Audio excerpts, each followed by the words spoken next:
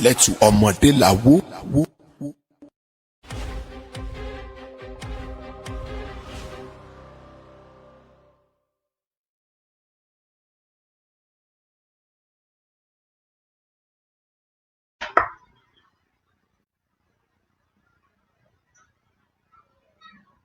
Hello,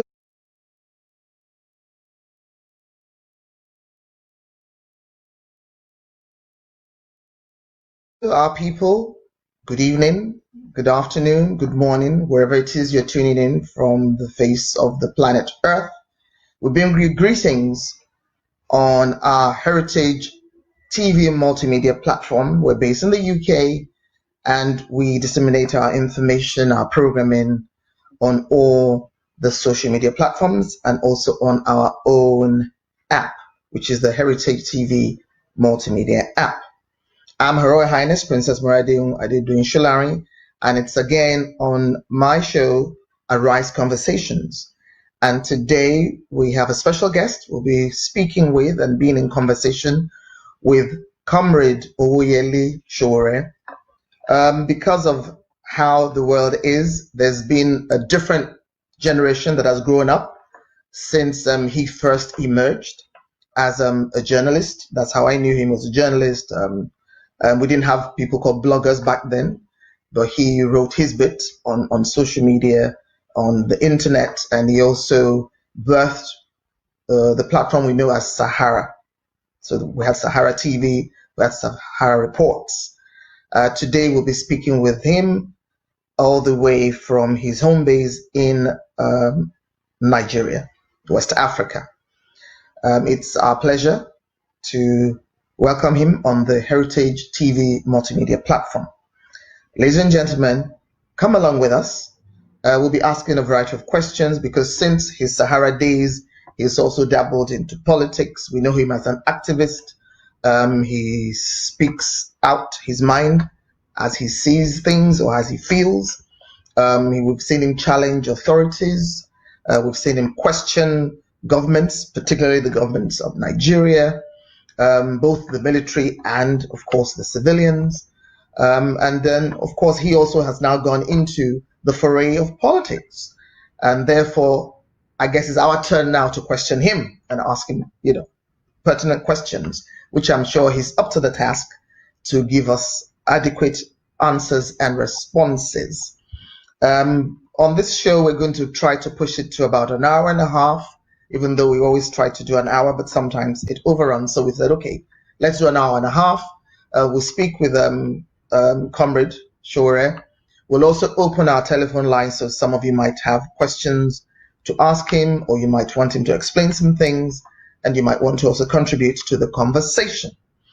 Without much ado, ladies and gentlemen, it is my great pleasure on behalf of Heritage TV Multimedia and my platform, Arise Conversations, to welcome onto our platform in the UK, beaming all the way from Nigeria through the power of technology, Comrade Omoyele Sowore.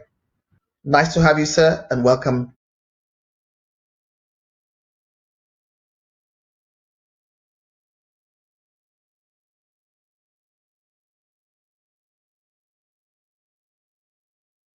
To the platform.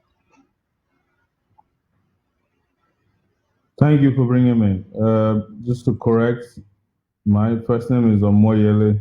You have it correct on the platform, but I think your pronunciation is Omoyele, but it's Omoyele. So it's just to correct that.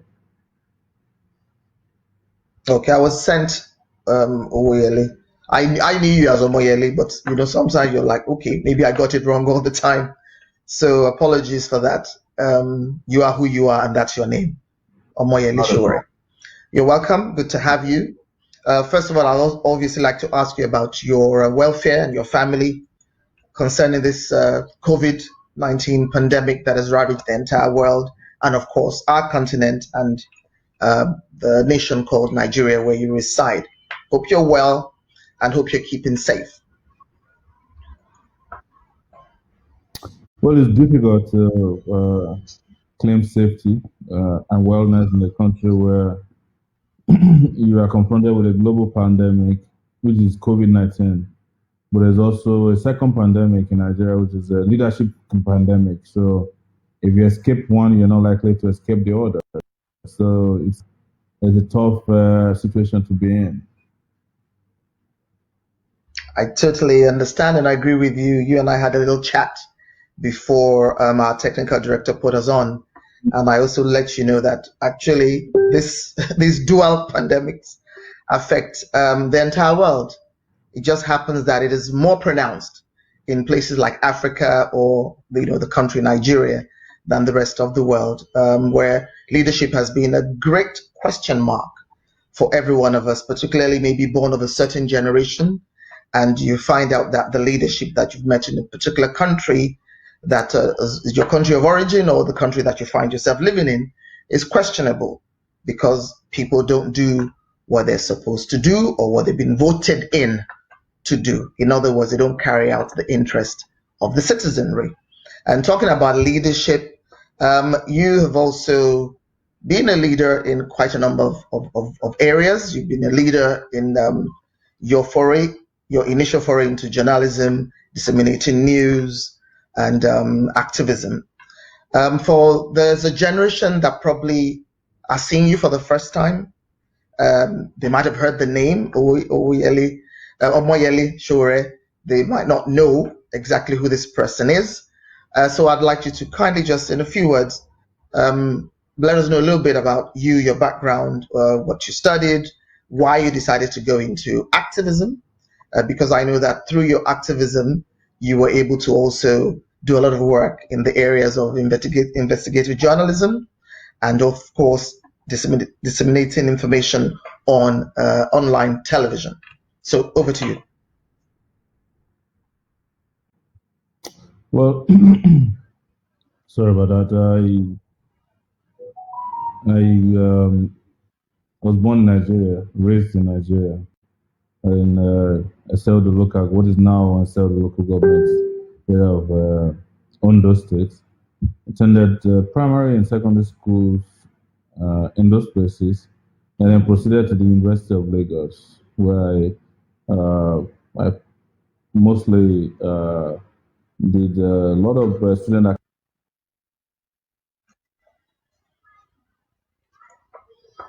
activism. I left the US and I had my master's degree at Columbia University in New York, and shortly after that, set up Sahara Reporters. So that was my first foray into journalism. So, in a nutshell, that I think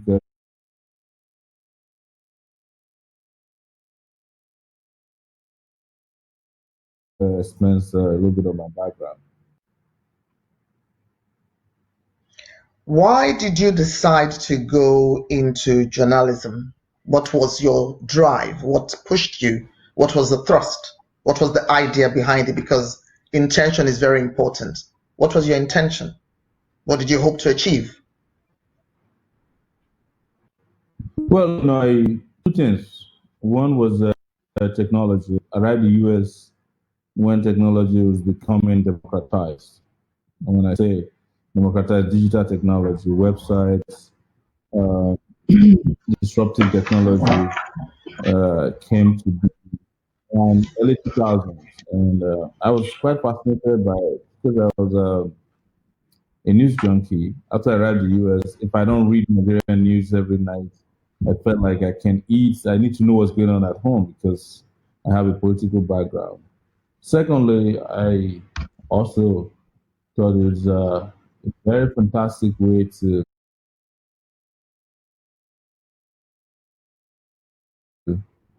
deal with what I found out to at that time to be offshore corruption.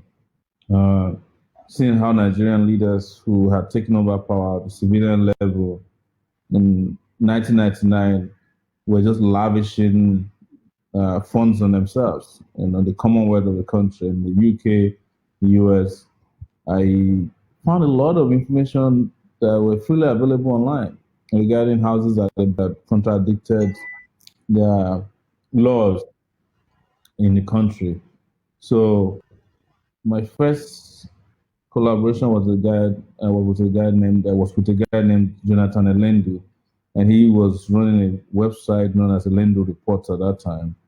Uh, and we started publishing all these houses, and the more we published, the more people sent us. And we started sending people, citizen journalists, to go to places in the UK, in the US, to photograph houses, and we put them online, and they became bestsellers in Nigeria. So for me, having been directly away from the front lines, the internet provided me an opportunity to continue my ministry of activism far away from home, because I really was missing home, and I wish that I was back on the front lines. So I had no journalism background. I've said this a million times, but it was fascinating to just know the event of easy creation of websites, the low barriers to people like me could use available technologies to reach a huge number of people. So when I left the Lindo report, I started Sahara Reporters in 2006, and ever since then, it's been an amazing journey in terms of not just doing what I believe had become effectively, and to put the feet of people in power to fire. It also helped change the face of journalism. It might be sometimes, I think, globally. Wonderful. Thank you for just talking us through that. Another thing I also wanted to ask you is, what was it that made you feel you wanted to kind of peel the layers of happenstances in African politics and governance and Nigerian politics and governance at that young age? What was it?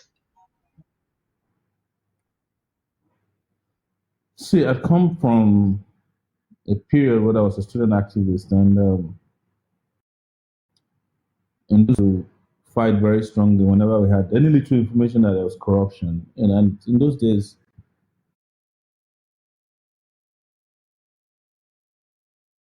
um, it was mostly the military guys building houses. I remember living in First Act Town a little bit, and these military guys were building mansions, First Act Town, across, violating building codes, taking over the recreational areas of First Act, and thinking these guys are really corrupt. And I came back in 2003 to Nigeria, 2003, after I finished my master's degree in the UK, sorry, in the US, and came to see mansions. What I thought were mansions in First Act became what now you can call boys' quarters.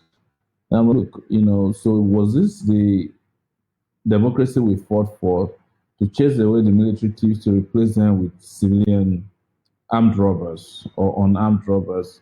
And that had me thinking creatively about how to challenge them.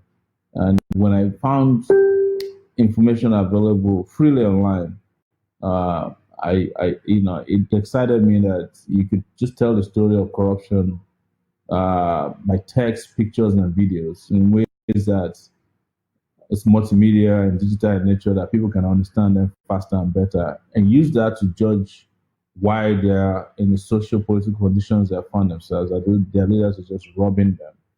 And a lot of those information we had in those days were hidden from the Nigerian public at home. Nobody knew, for instance, that James Ibori had a 2.8 million pounds house in the UK. Nobody knew, or that he had um, a luxury automobile that he had never driven before, a Bentley. Nobody knew. And if you had written them as a text, nobody would understand, right? But when you see the pictures or you see the documents uploaded, then it made people feel angry, and they can connect with why their own local conditions uh, was the way it was. So I think that really helped to propel me in going for more and more in terms of shining light on the corruption that was going on in the country. And then at the point, people started confiding in us regarding local corruption. And then we went into both private and public sector corruption. And then we started exposing um, people are called politically exposed individuals across the country and connecting with their properties and their assets around. So it got to a point that Nigerians who were working in hotels would send us receipts of lodgings and credit card records of Nigerian officials as they were just wasting money um, around the world. And some guys would send us information about um, cars, watches, jets, who owned what. And it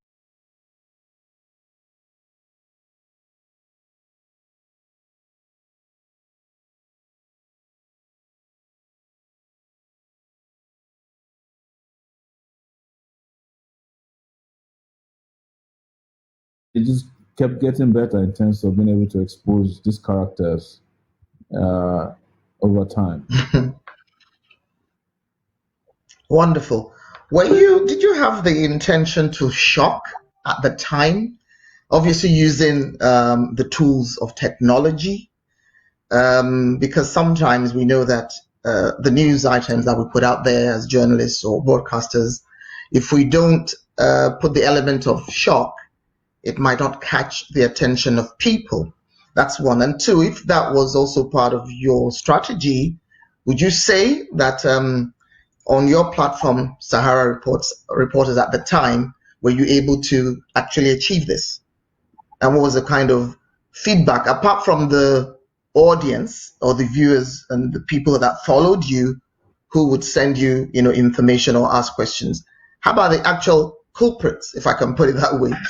Did you have any kind of challenging situations from them? Oh yeah, yeah.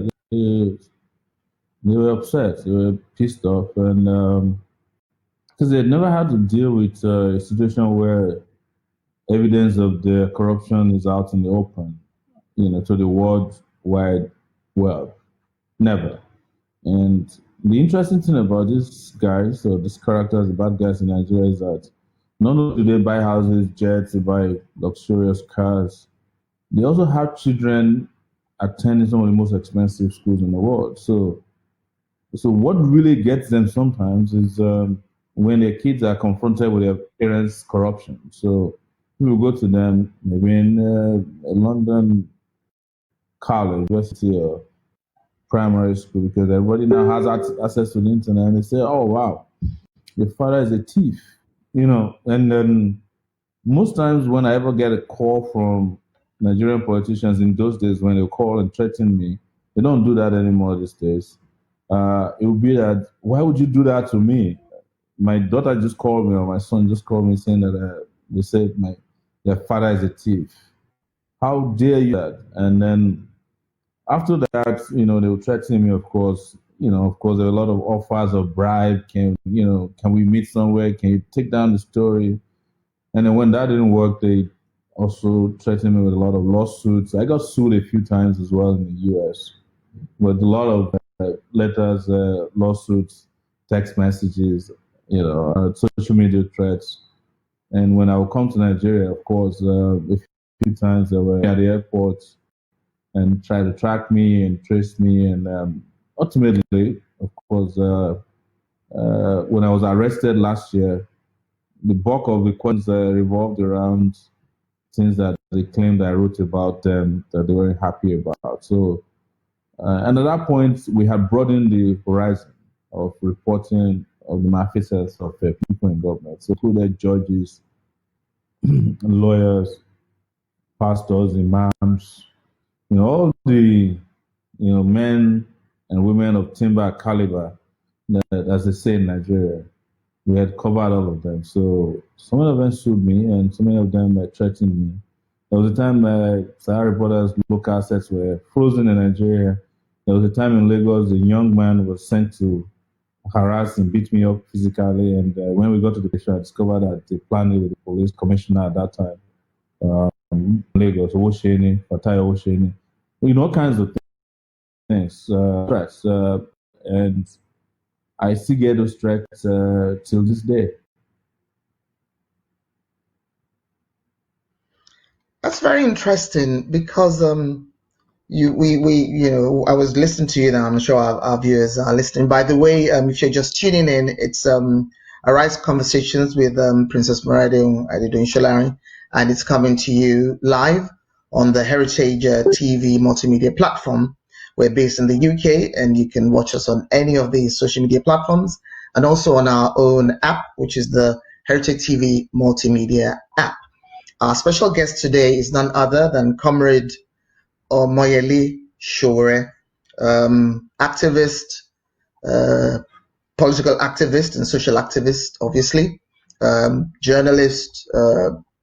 He's also done thing, and he's politician. Yes, so he has also stepped into the foray of politics in Nigeria. And today we're going to be having a conversation, just talking about his life, his journey, where he's at moment, where he wants to take his vision to, and some of his views and his take on the Yoruba nation, on the entity of geographical space called Nigeria, Africa, and the rest of the world. And of course, his thoughts about being a man, a father, a husband, and just a human person as well. So if you're just tuning in, that is our special guest today. Thank you, Comrade Omoyele.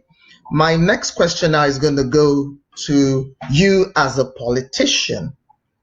Why in the name of God did you ever think, okay, I'm going to go into politics and slug it out with them? And actually, I'm going to go for the number one position. One, why did you do that? What was your thinking? Number two, how did you think you could be president? Did you think you had what it took? As you know, in Africa, maybe in the rest of the world, is not that made noise about, but in Africa and in Nigeria, money is always a vital point if you want to go into politics. So let's take it first. Why you went into politics? What made you think you had the qualification to vie as president? And how did you think you were able to go in there and slug it out with the rest of the people? Except there's some money that you have that obviously we didn't know that you had that kind of money to go fight them in the political ground of Nigeria. So over to you. So I have, contrary to this perception that I am new to politics, I'm not new to politics. I just haven't done partisan politics before. But from when I was a student activist, I contested elections and won as from class captain to the student union presidency. And interestingly, nowadays our elections were even more. They were more intense than the Nigerian national elections that you have today. We have to campaign, debate, and submit a manifesto and convince people, students, male, female, to get them to vote for you on election day. Second aspect of it is that I'm a student of history, and I looked at Nigeria history at that point, looked at the leaders, both young, old, and discovered that they possess acumen, nothing special, because the condition of Nigeria speaks to their incompetence and lack of creativity, lack of leadership qualities. And I looked at myself and said, educational background, as a character, as a mission, vision, I could convince Nigerians to vote for me. And that was what made me go for the presidency at that time. And I was, no doubt, going by the outcome of the way we campaigned, the buzz created, that I was probably one of the better candidates in that election. There's no doubt about it. But it turns out that they weren't interested. They weren't interested in free and fair elections, and That is probably a conversation for another day in the future. But what I saying here to you is that when I then went around Nigeria campaigning in 34 states between 2018 and 2019 when the election held, I had been to more places than probably all the candidates combined together. I didn't have a private jet. I didn't have too much money. All the money I raised or we raised for the presidential campaign was about 150 million naira. It made more impact. Made more impact to the point that the mainstream candidates, when I say mainstream, the candidates of the two other major political parties, who of course have huge watchers, couldn't debate us. They had to skim me out of the presidential debate because they were afraid of going on TV to espouse the idea. Whereas we were there all over this, every opportunity we had, explaining to Nigerians and breaking down how to fight insecurity, breaking down how to bring about power, infrastructure, solve the corruption problem, uh, health sector, education, tourism, agriculture. We broke it down to the level of the least person. We traveled on those roads that are bad. We arrived and walked into hospitals that don't exist.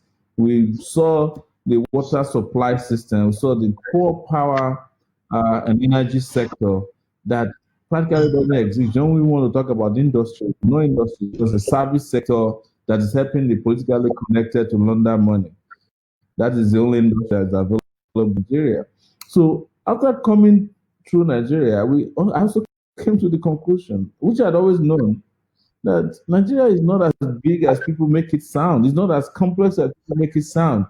But see, the complex, it's easy to make a simple problem complex if you have someone with no idea solving the problem. It's just like it doesn't matter how good looking or tall looking a person is or tall someone is. If you give them how strong they are, if you give them a sick person, if they are not a doctor, they can't successfully treat the person, right? It doesn't matter. It doesn't matter how well you know how to talk, right? You can't convince people who are smart and bright but ideas that they are knowledgeable about. So, what Nigeria leaders have been doing before we came into that race is try and error. And the moment we came up and started challenging them, oh man, you could see that they were all up in arms against my person and the political party that we started at that time.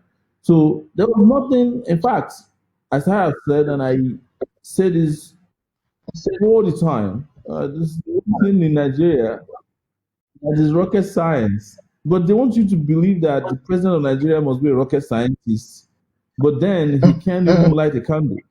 Right?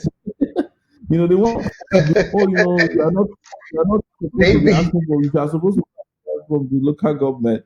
Whereas if you have a president in Nigeria who knows just a few things, how to get a few things right, and who is mobile, who is physically healthy, mentally alert, and intellectually astute, you get a lot of things done.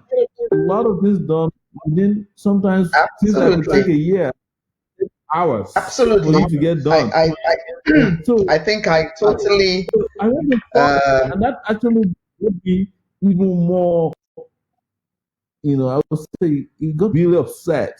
That is this the country we had left for charlatans and invalids to run all these years? Because had we stepped up before now, maybe in 1999, maybe by now we would have completely taken control of our own destiny and our country from these incompetent people. So that is what my experience was. There was nothing challenging about it. There was nothing about governing Nigeria that was difficult. As I saw it, it was just a bunch of people covering up their inadequacies with big boo-boos, and all of that funny thank clothes you. that are politicians around here.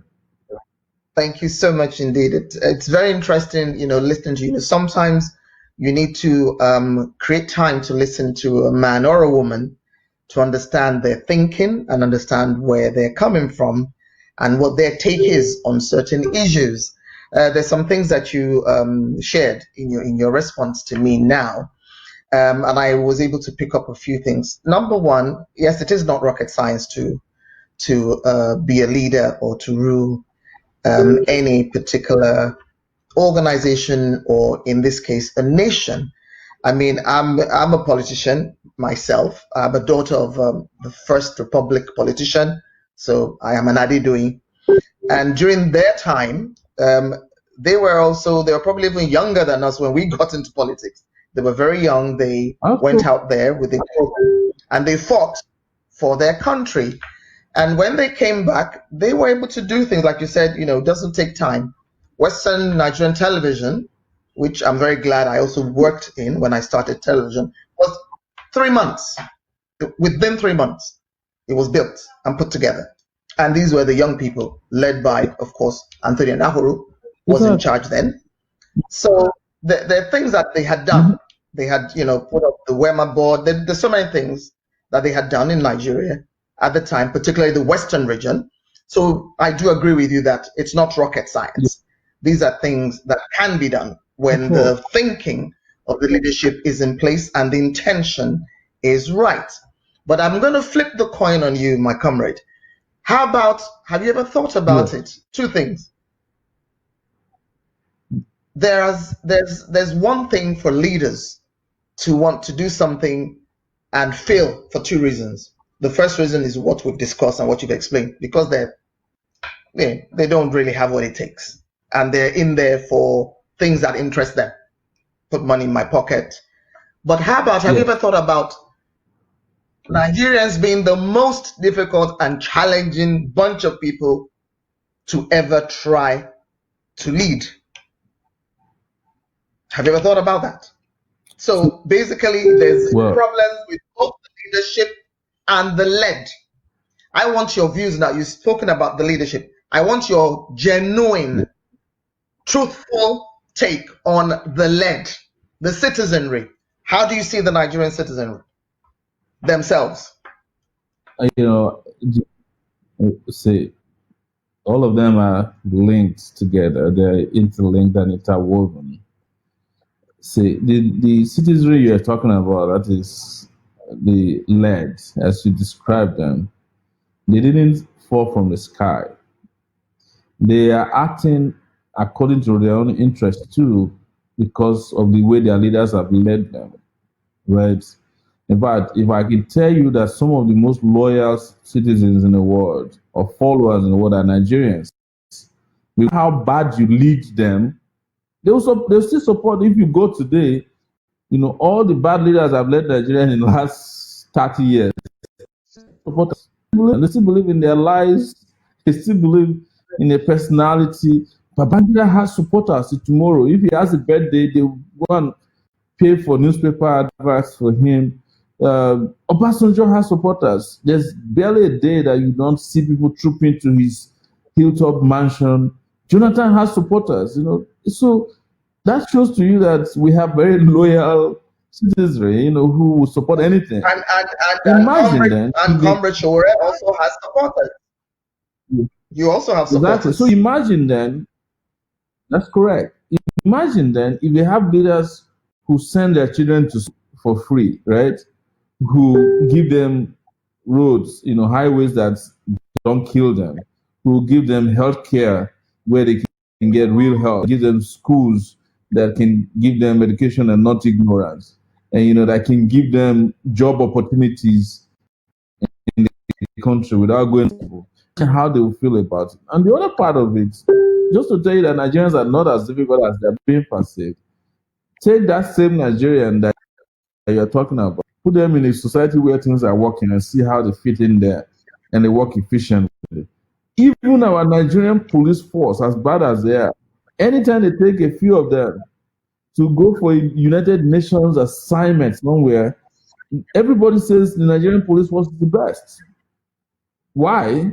Because the Nigerian space, as it is designed and run, organized, makes it impossible for any rational human being to want to do anything right. So think of a guy who wants to work in the civil service and wants to steal. He would die of poverty. Whereas the ones that are thieves would be celebrated at parties. They would build mansions. The president is always in the minority. Most importantly, there are no consequences. So if you have leaders who can bring that kind of mission and vision to drive people to do what is right, and they see results that actually there's a budget this year that says there's a road from here to Ibadan, and they wake up 3 months later, like your dad did, and there's a highway from Lagos to Ibadan, dual carriageway, and in 1 hour you are in Ibadan, as opposed to 6 hours, right? I think you get more followers because Nigerians are not that bad that they always want to follow incompetent people. But guess what? In the last 40 years, probably more, there is a whole generation of Nigerians that have never seen anything good in their life. So even if you present a good candidate in front of them, they're cynical about it because a lot of all good people Absolutely. that come, they've sold them down the drain.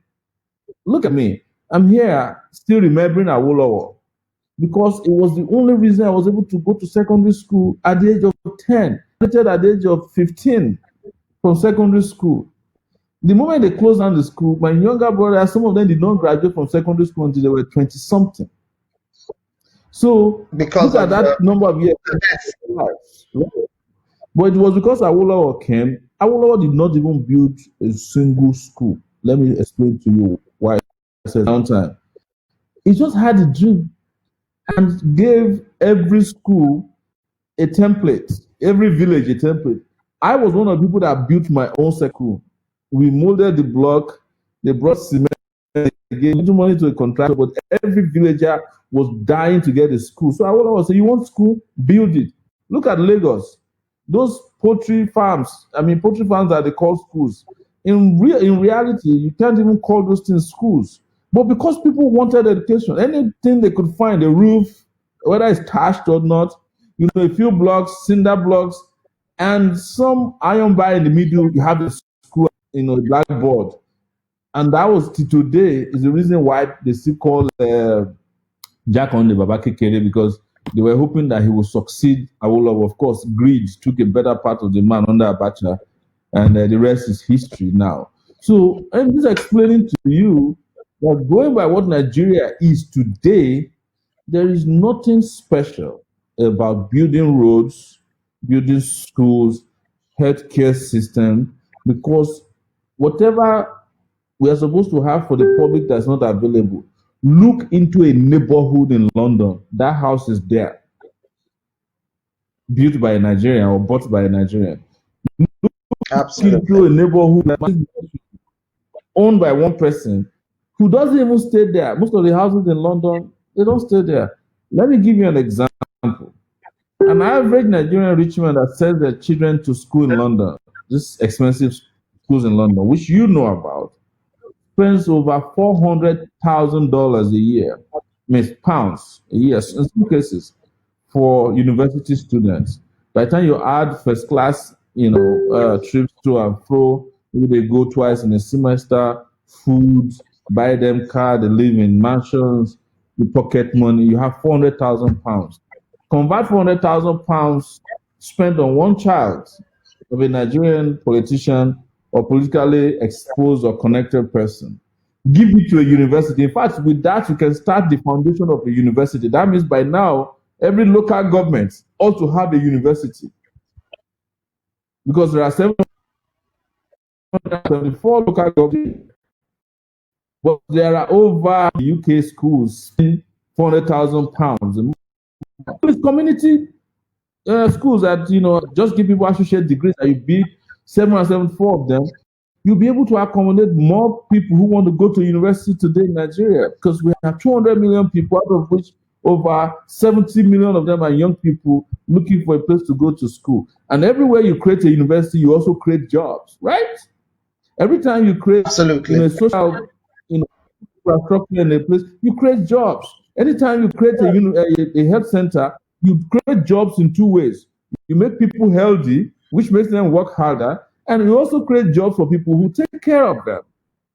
Anytime you build Absolutely. an industry, a factory. You create opportunity, you create happiness. But here we don't do that. We keep just all the time. That is impossible. We can't build roads. Our revenues are dwindling. But God, for God's sake, your revenues are dwindling, but you are flying jets. A politician in Lagos has 3 jets, and I'm not hiding his name, Bola Tinubu. So where did he get the money? Where is his cocoa farm? Where does he get the money from? It's coming from the state of Lagos that they are holding, whose jugular they are holding and milking on a regular basis. So why are we lying to ourselves that a brand new set of leaders who have the capacity and intellect, the honesty and the character to lead will not lead Nigeria to El Dorado? If that happened in India, it happened in China, why not here? Why not here? Absolutely. Thank you so much. Yes, you are very correct that obviously it's not rocket science to Yeah, be inventive and innovative in the way leaders would lead their people and take their nations forward. Particularly, we're talking about the option called Nigeria at the moment. And talking yeah, about that, I want to also move now towards the West, or I should say the Yoruba nation, because all the things that we noted, that I mentioned and you also elaborated on, that the first republic politicians were able to achieve in education, in the technology of broadcasting industry, was actually really in the Western region at the time. So, can we say that maybe there's an imbalance in what each region is able to contribute?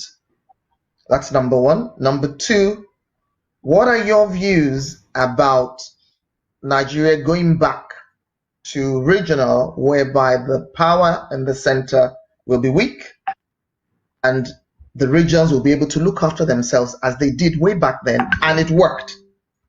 They were not given time to continue because obviously they stepped in with a coup, but it was working. And yeah. that's why you referred to you even being a recipient of the ideology that the premier at the time, Chief Obafemi, and his team came up with when it came to the issue of free education for all. So there are two questions I've thrown at So you there. Over to you. yeah, yeah.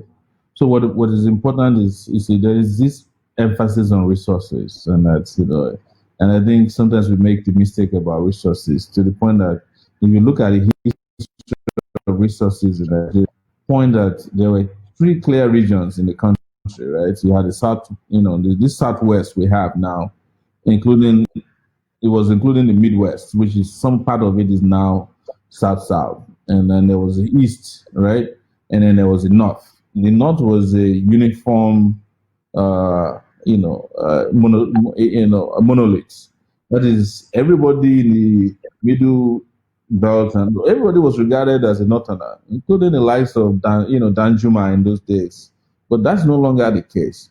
But don't forget that the North also had these resources in those days when agriculture was big, the cotton, the pyramids of groundnuts. They were not fake.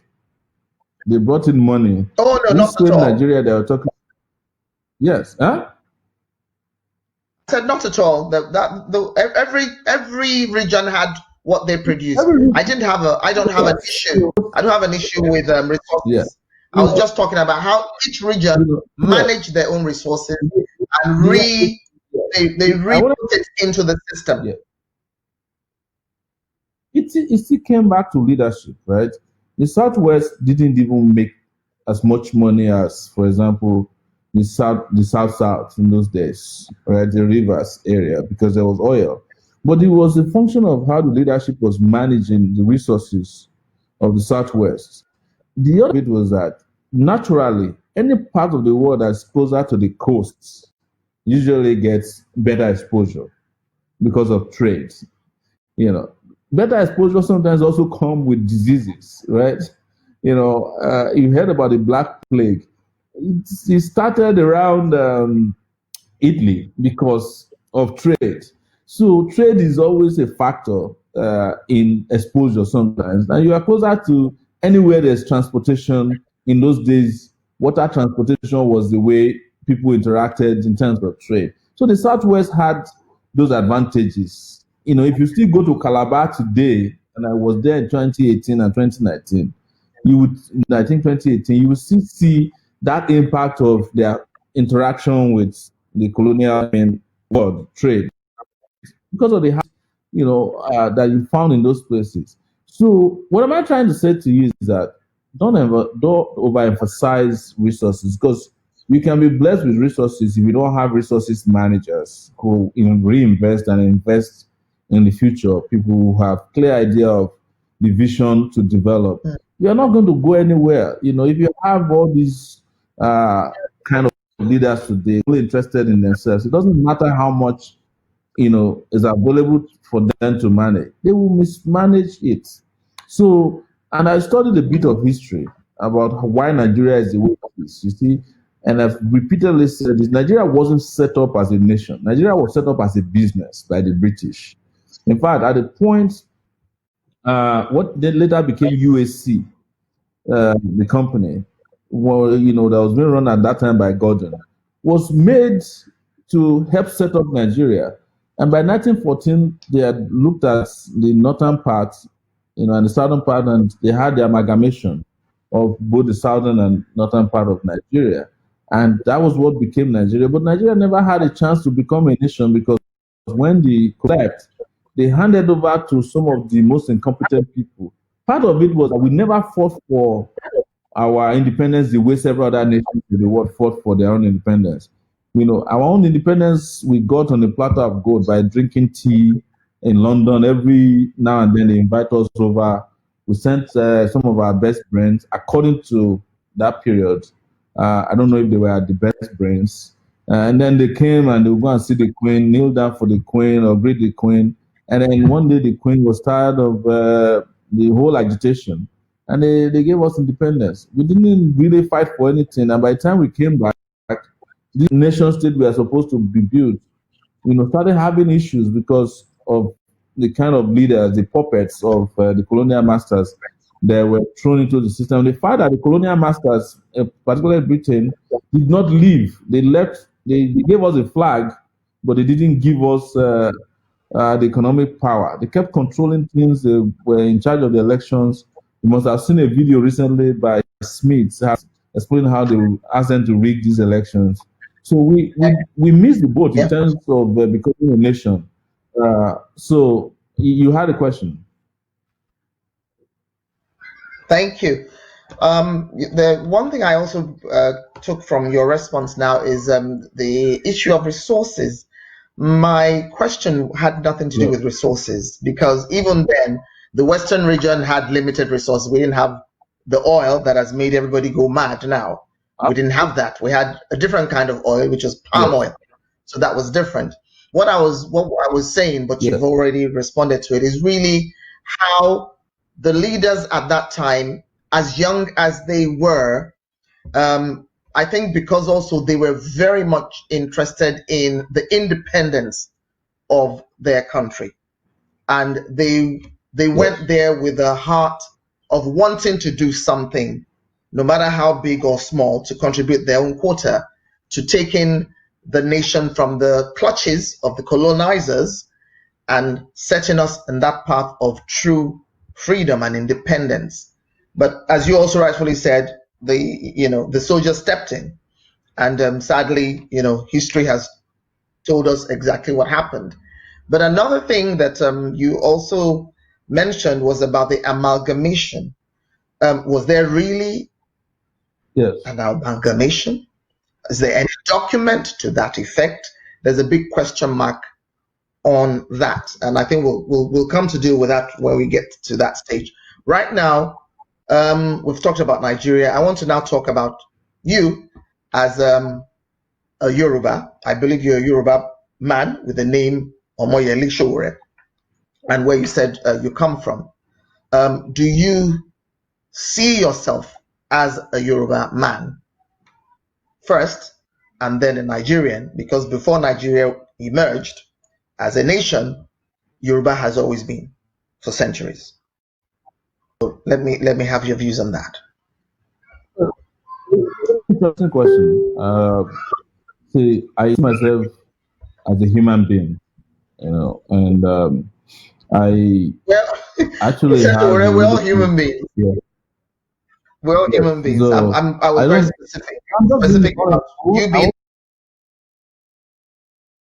a I want to be Yoruba. direct. I want to be direct with you. I want to be direct with you. So I I come from my own geographical identity is Ijo Apoy, even though and I'm saying this so that you can get clarity. My grandparents, my great grandparents came from Ijesha, Ilesha, so they're Ijesha, Okay. passed through Ijebu. I think they were running from Yoruba kings who were raiding slaves. And they said they won't be slaves. And they came and passed through somewhere in Ijebu and met, it was husband and wife, supposedly. They met named Sowore. And that time they've been trying to have kids and they didn't have, and they promised the stream that if they will name their child Sowore. That's how we came about, right? The name Sowore came about. Uh, so we are from So Ilesha, but your family name was different before. oh yeah, yeah, it was Subuloye. That's the bigger family Okay. name. But my parent, my dad, yeah, that's Showore. So and so, but when they came to Ondo State, where we are located now, they mixed with Ijo people, right? And they were living together in what is now known as Eseudo, and they became part of the Joe Apoy. And every Apoy town, there's 9 of them. There's another one there's a replica in Bayelsa State, Kiribo Mamlat, which is Okay. where I'm from. There's Igbekebo, Ibokoda is larger. So you have Boro. So all those kind of names are from there. So that's why I did say to people when they asked me, I said I'm in Joe Apoy because that's where my parents settled. In fact, my dad and mom speaks a little bit of Ijaw language, but I don't because originally that's how they came from Malaysia. So in a way, I won't be wrong to call myself Yoruba because I speak Yoruba. My name is Yoruba. My culture is Yoruba. My attitude is Yoruba. My boisterousness is a Yoruba thing, everything Yoruba. But I explain to you what it is. The reason why I do not take the ethnic label as much as people would love me to do is because I've seen it all. I've seen what Yorubas did to themselves, especially during Abiola's time. At least I was around. My parents told me what they did to Obafemi Awolowo. What the Yorubas do to themselves. And before all these things, people Yoruba we like to romanticize our culture. Yorubas were part of the massive slavery of black people. Yoruba Obas, leaders, right? Yorubas fought themselves wars. There were wars. In fact, most of Yoruba cities and towns today are located in places where they were escaping carnage, an internecine war against themselves. In fact, if you look at the history of the Yorubas, even our names portray violence. It's either the name is speaking to violence or is speaking to some kind of conquering people, or oppression. So, and I've done a lot of research to understand that yes, you can be a Yoruba person and you can also be a Yoruba person and be accommodating and be open-minded. Probably there are only two tribes in the world that the British had a problem with colonizing. The Yorubas and another tribe in India. I don't remember the name. Like they were very, very difficult to colonize them. They couldn't figure out where they got their intelligence from, how they were able, weave around them. They couldn't interpret English to them. They learned the English language better than they themselves.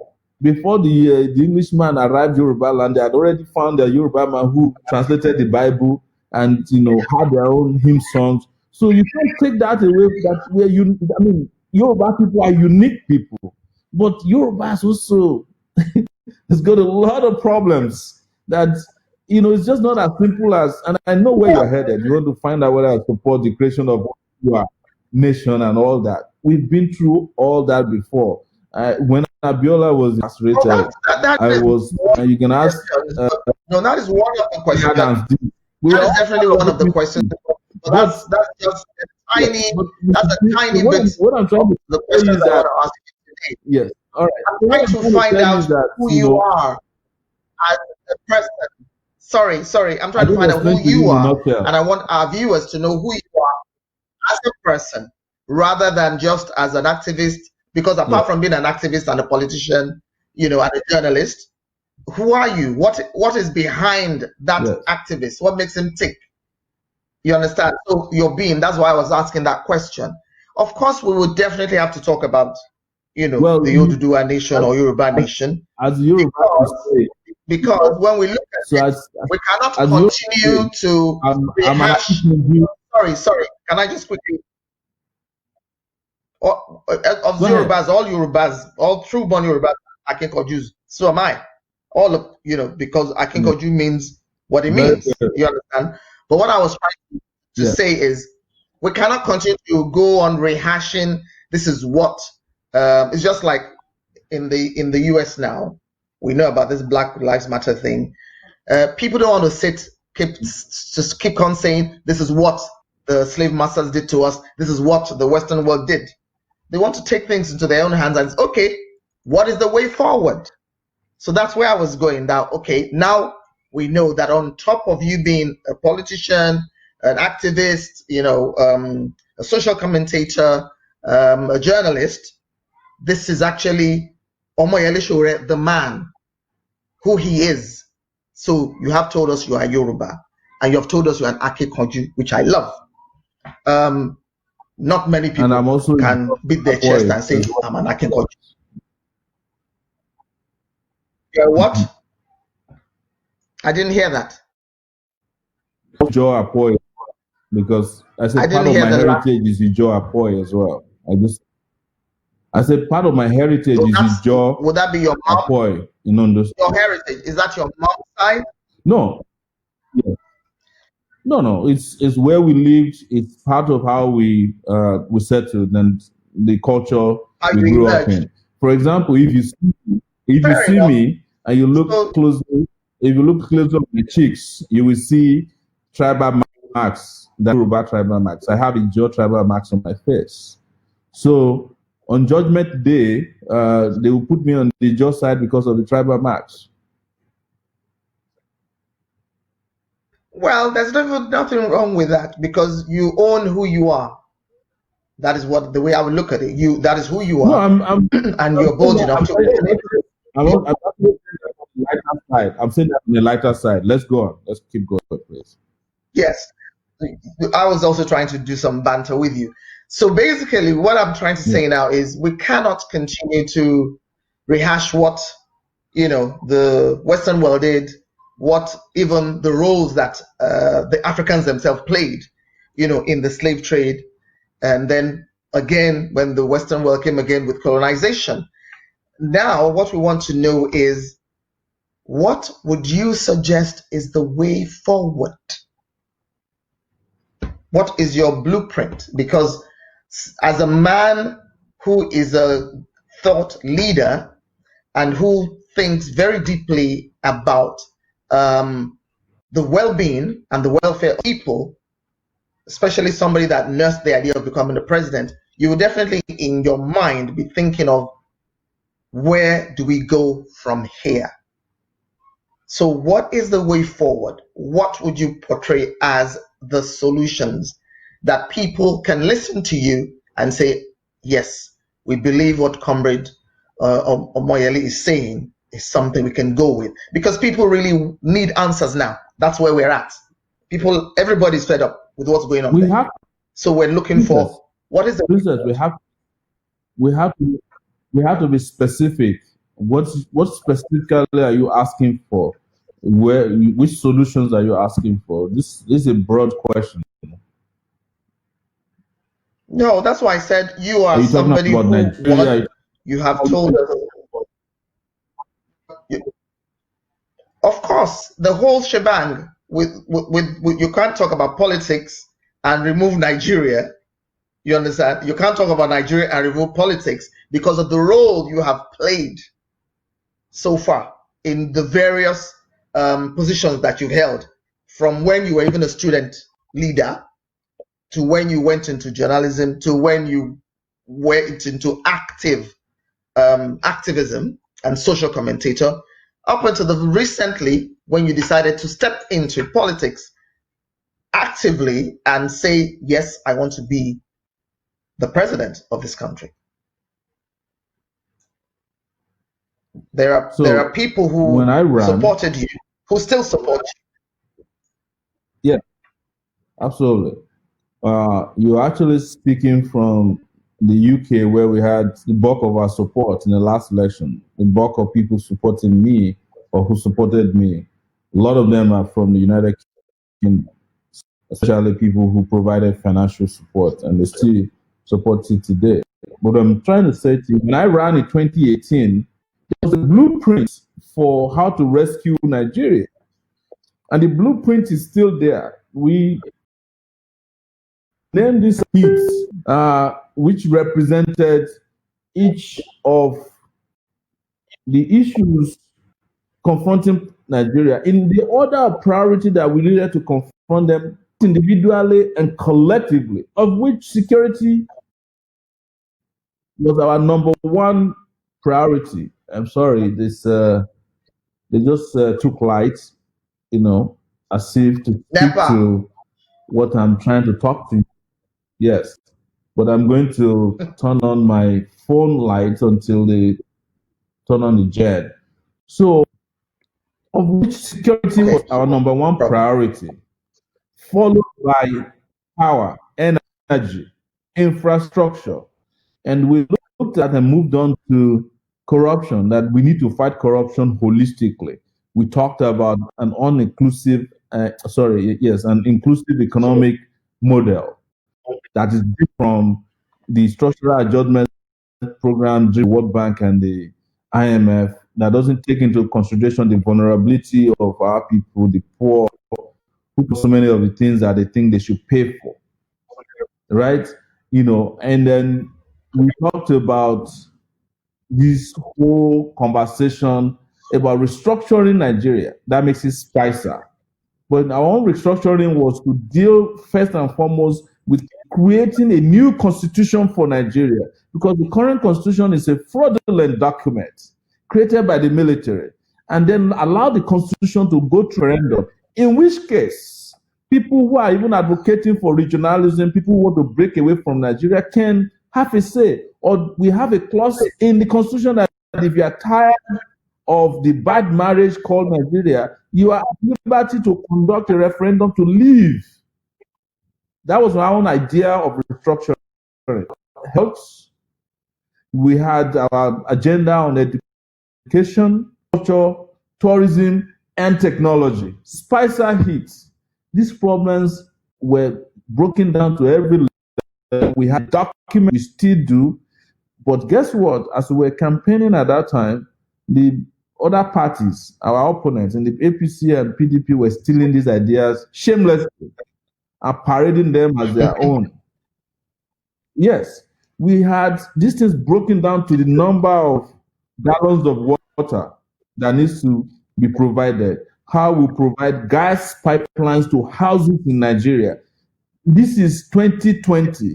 In Nigeria, you still have to roll your gas cylinder to go and buy gas if you can afford gas in the first place. But all the households in Nigeria, about 40 million of them, if you put gas pipelines in them, imagine the number of employments you provide, how that's about, the process of business that has never happened before. We wanted Nigeria into a tech ground for the rest of Africa, and we wanted to eliminate the the bicameral legislative system. That is our position. That we don't need a Senate in Nigeria. We can make do with just the House of the House of Representatives, where every local government is represented, instead of a Senate that is occupied by former governors. It has become a coven of thieves it has become the retirement homes of governors who were not prosecuted, or some of them are even still actively being prosecuted by the EFCC. So we wanted to reduce waste. We had it down to the number of schools that needed to be built, the number of nurses, doctors that needed to be 4 years, the number of kilometers of roads that needed to be built. We had it down to the science of how many of trains and the speed of trains that could take somebody from Lagos to Port Harcourt and that will do in 3 years, within 3 hours, which would have boosted economy. We had it down to even sustainability, of which we said even for electricity, solar power, and biotechnology. I mean, bio as a way of put electricity, and we divide the country up and say for the north where there's Thank you. abundance of Thank, sunshine, there will be solar. thank So you. all these Thank you problems so have much. been solved. In terms of security, we discuss how what we'll do with the army generals who are stealing and who are making Boko Haram into a business Thank today. you. How we'll retire all of them and let the police take care of Thank you internal so much. security. These are things Thank you so much for that that. discussed everywhere across the world. Thank you so much indeed. Well, I'm sure there are quite a number of people who followed you at the time, and as you said, especially from the UK. And sadly, we're not even allowed to vote, so our votes don't even count. But that's a story Yes. and a discussion for another day. Right Yes. now, I want us to go um, to the audience, the people that are viewing us. There's some of them who want to actually ask questions. So Yes. our technical director is going to open the phone lines. And if you're watching us from anywhere in the world, you will see the numbers to call so that you can ask your questions. If you're just tuning in, it is we're having an audience with Comrade Omoyele Sowore, who we know is an activist, a journalist, social commentator, politician, and also it's coming to you on Arise Conversations, and I am Princess Muradi Wadidun Shola, your host. And it's on the platform of Heritage TV Multimedia.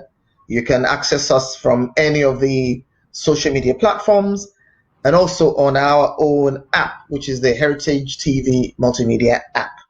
So please look on your screens and you'll be able to see the numbers to call so that we can put your call through and you can ask Comrade Sowore the question that you might have.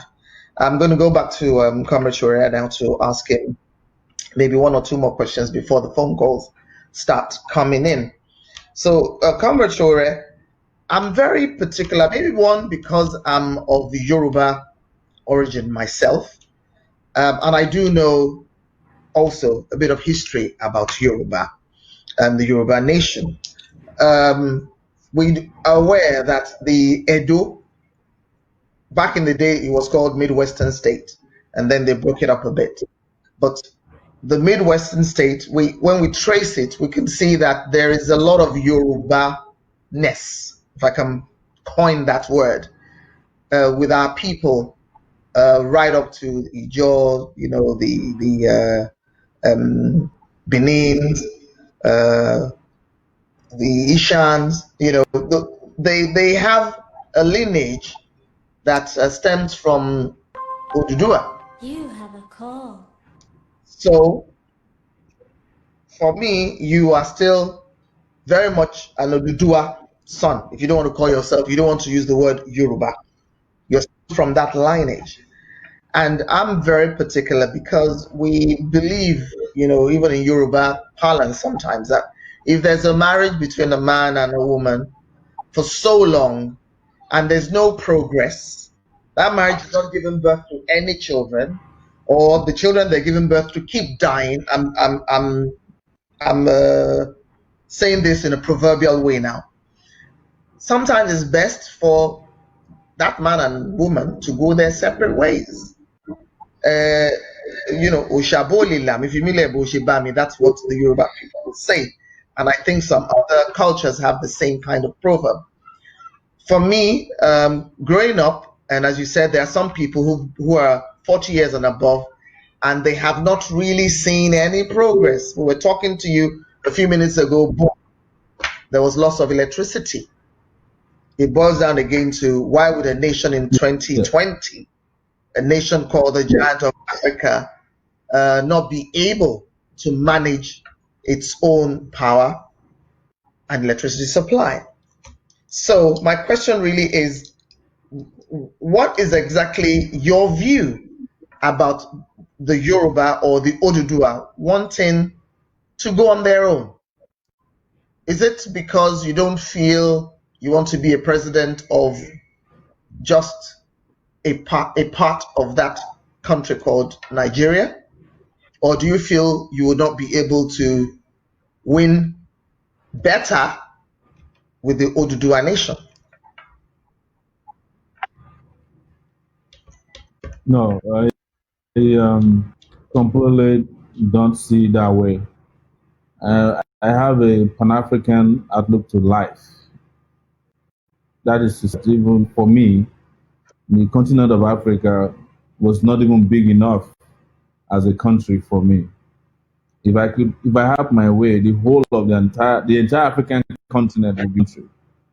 Because that way we can push better and more people can benefit from the wholeness and the unity of the African continent.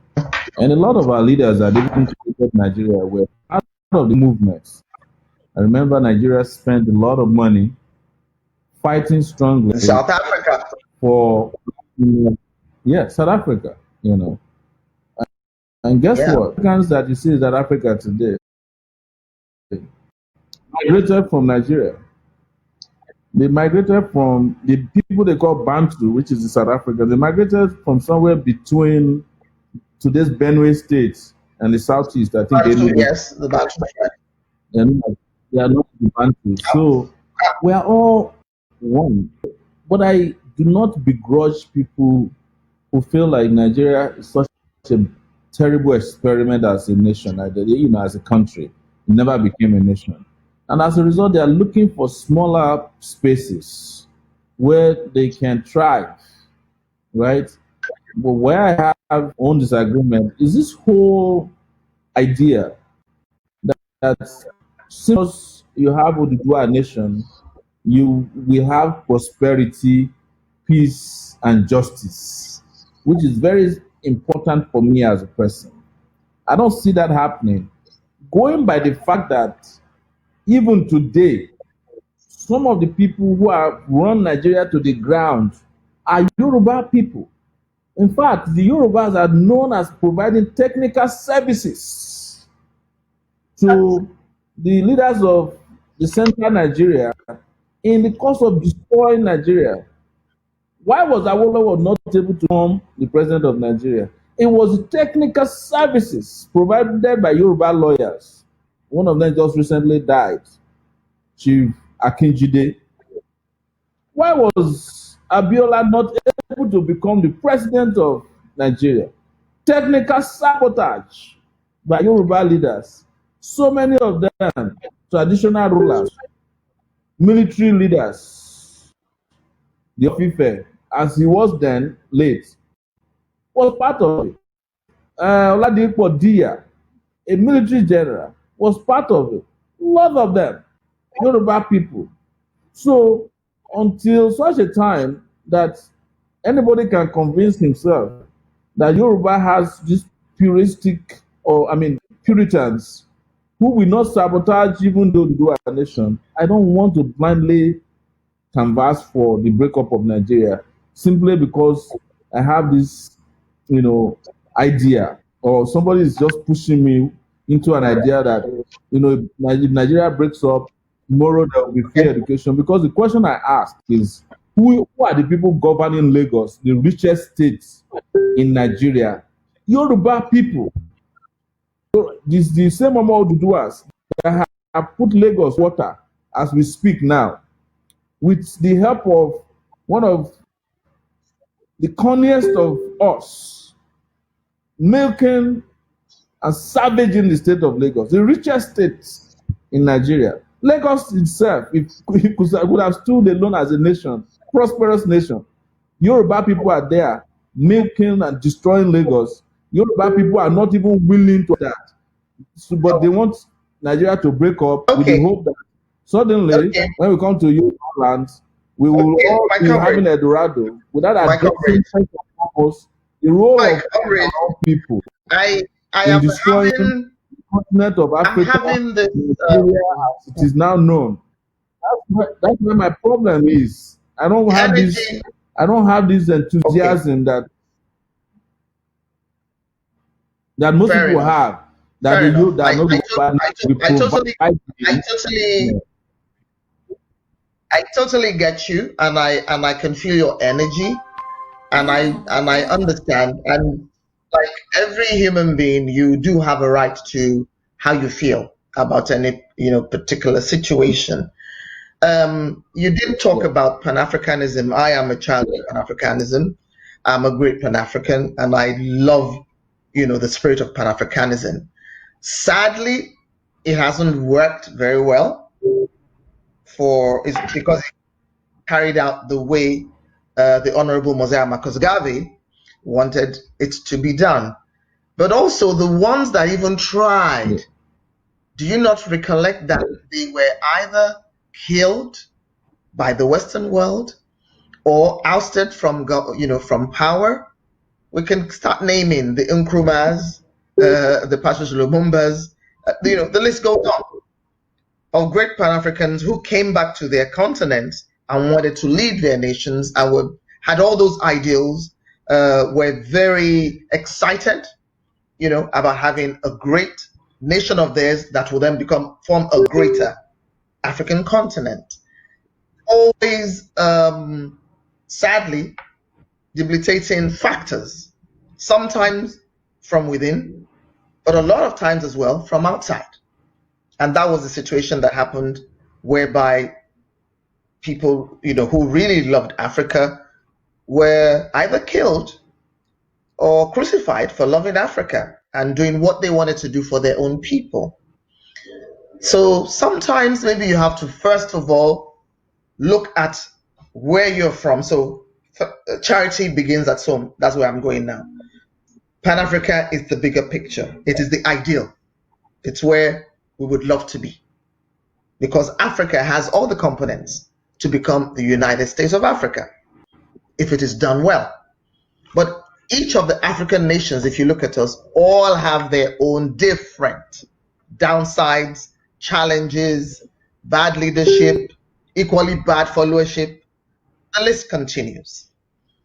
But we still can't say because of that we're going to allow things just to go because nobody is stagnant. We have to continue to evolve and revolve and seek for ways to make the world as we know it, as our world, as Yoruba or Odudua, our world as Nigerians, our world as Africans, to make it better, not only for ourselves, but for the coming generation. You know why? And I'm sure you know why. Posterity will ask us, when it was your turn, what did you do? So if you are not very much an advocate of the Yoruba nation, as you've expressed, from the way things are going now, I'm thinking, okay, what does Comrade have in mind? What is it that you have in mind? We remember at least quite a number of the youths that follow you and like you and seem to be expressly encouraged by the kind of things that you have said you would want to see, especially if you were given that chance to become president. They would also not forget that there was a time that you equally supported Muhammadu Buhari, the current president of Nigeria.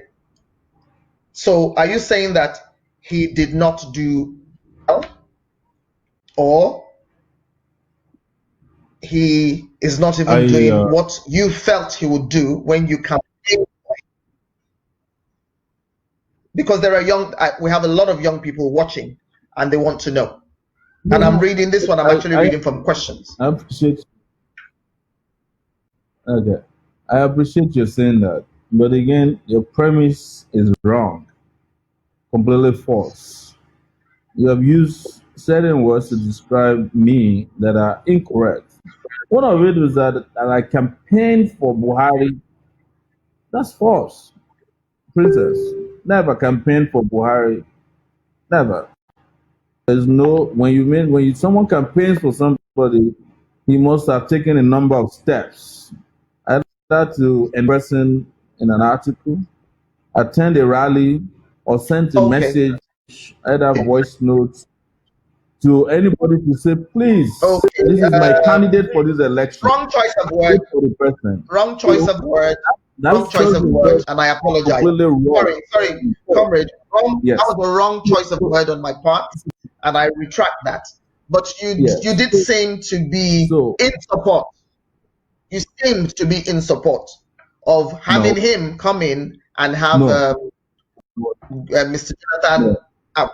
What I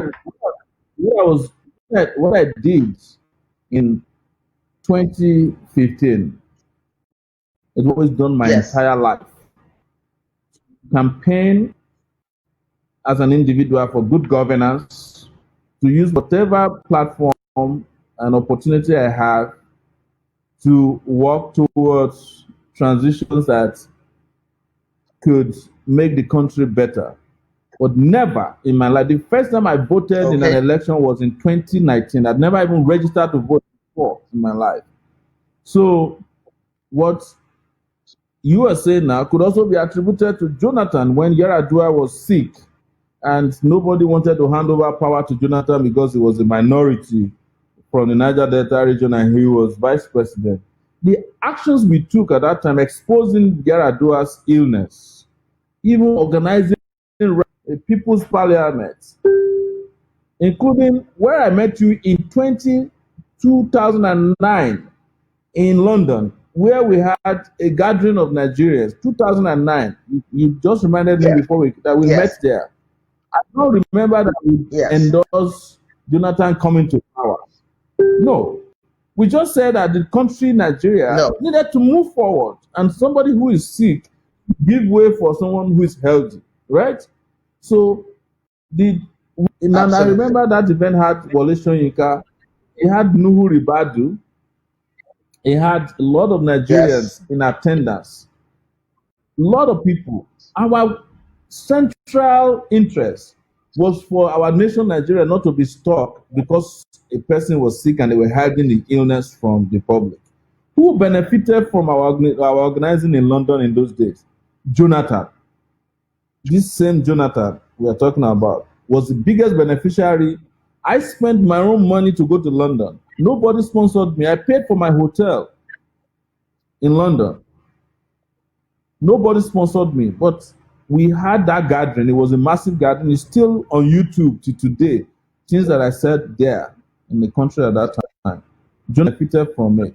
When Jonathan came to power, and we started seeing corruption, including the biggest of their corrupt masquerade is hiding in London today. Alison, what's that lady who is in the UK, who couldn't come home? The petroleum minister at that time. We kept writing about it. Madwike. Some of the corruption, yes, the corruption we exposed at that time, even UK court, some of them in Italian courts, some of them are going to be happening in Netherlands. The corruption of that period is so massive. We reported upon it. The opposition, of course, as they usually do, would take whatever the media does and run with it. And Sahara Reporters, which was our media concern, was very, very powerful at that time and still powerful to today, doing them thing. You understand what I mean? So for anybody to then say that, oh, Sowore Will campaigned you say for Buhari, I think is what no, no, I I had represent, don't what let's I've go always back there because represented in my I already retracted. I already retracted. That was a wrong use of word. yes. I already apologize. I retracted that. Okay. Yeah. But even though you're saying now that we do know that the level of corruption during the Jonathan Goodluck era was quite enormous. We've seen worse now as well. During Jonathan's time, I don't think there was any snake swallowing billions of money or monkeys. I mean, now it's on the ridiculous. It's very ridiculous. We also know that during the military eras, a lot of money was carted out of Nigeria. that some even were able to buy themselves islands. So for you to be able to buy a whole island, that's a lot of money. Even one we can see now is because Nigeria's naira has dwindled again in value. But if we were to change the money that was spent to buy those properties that those soldiers had, my goodness, Nigeria is really a starving child, as it were. But what I feel is That's maybe correct. we should to the questions that will be coming from our audience and our viewers. Mr. Ade, I would like you to please open up the portal for the phone calls so that we'll be able to You have allow a our call. viewers to ask the comrade some questions. Hello, do we have a call that's coming?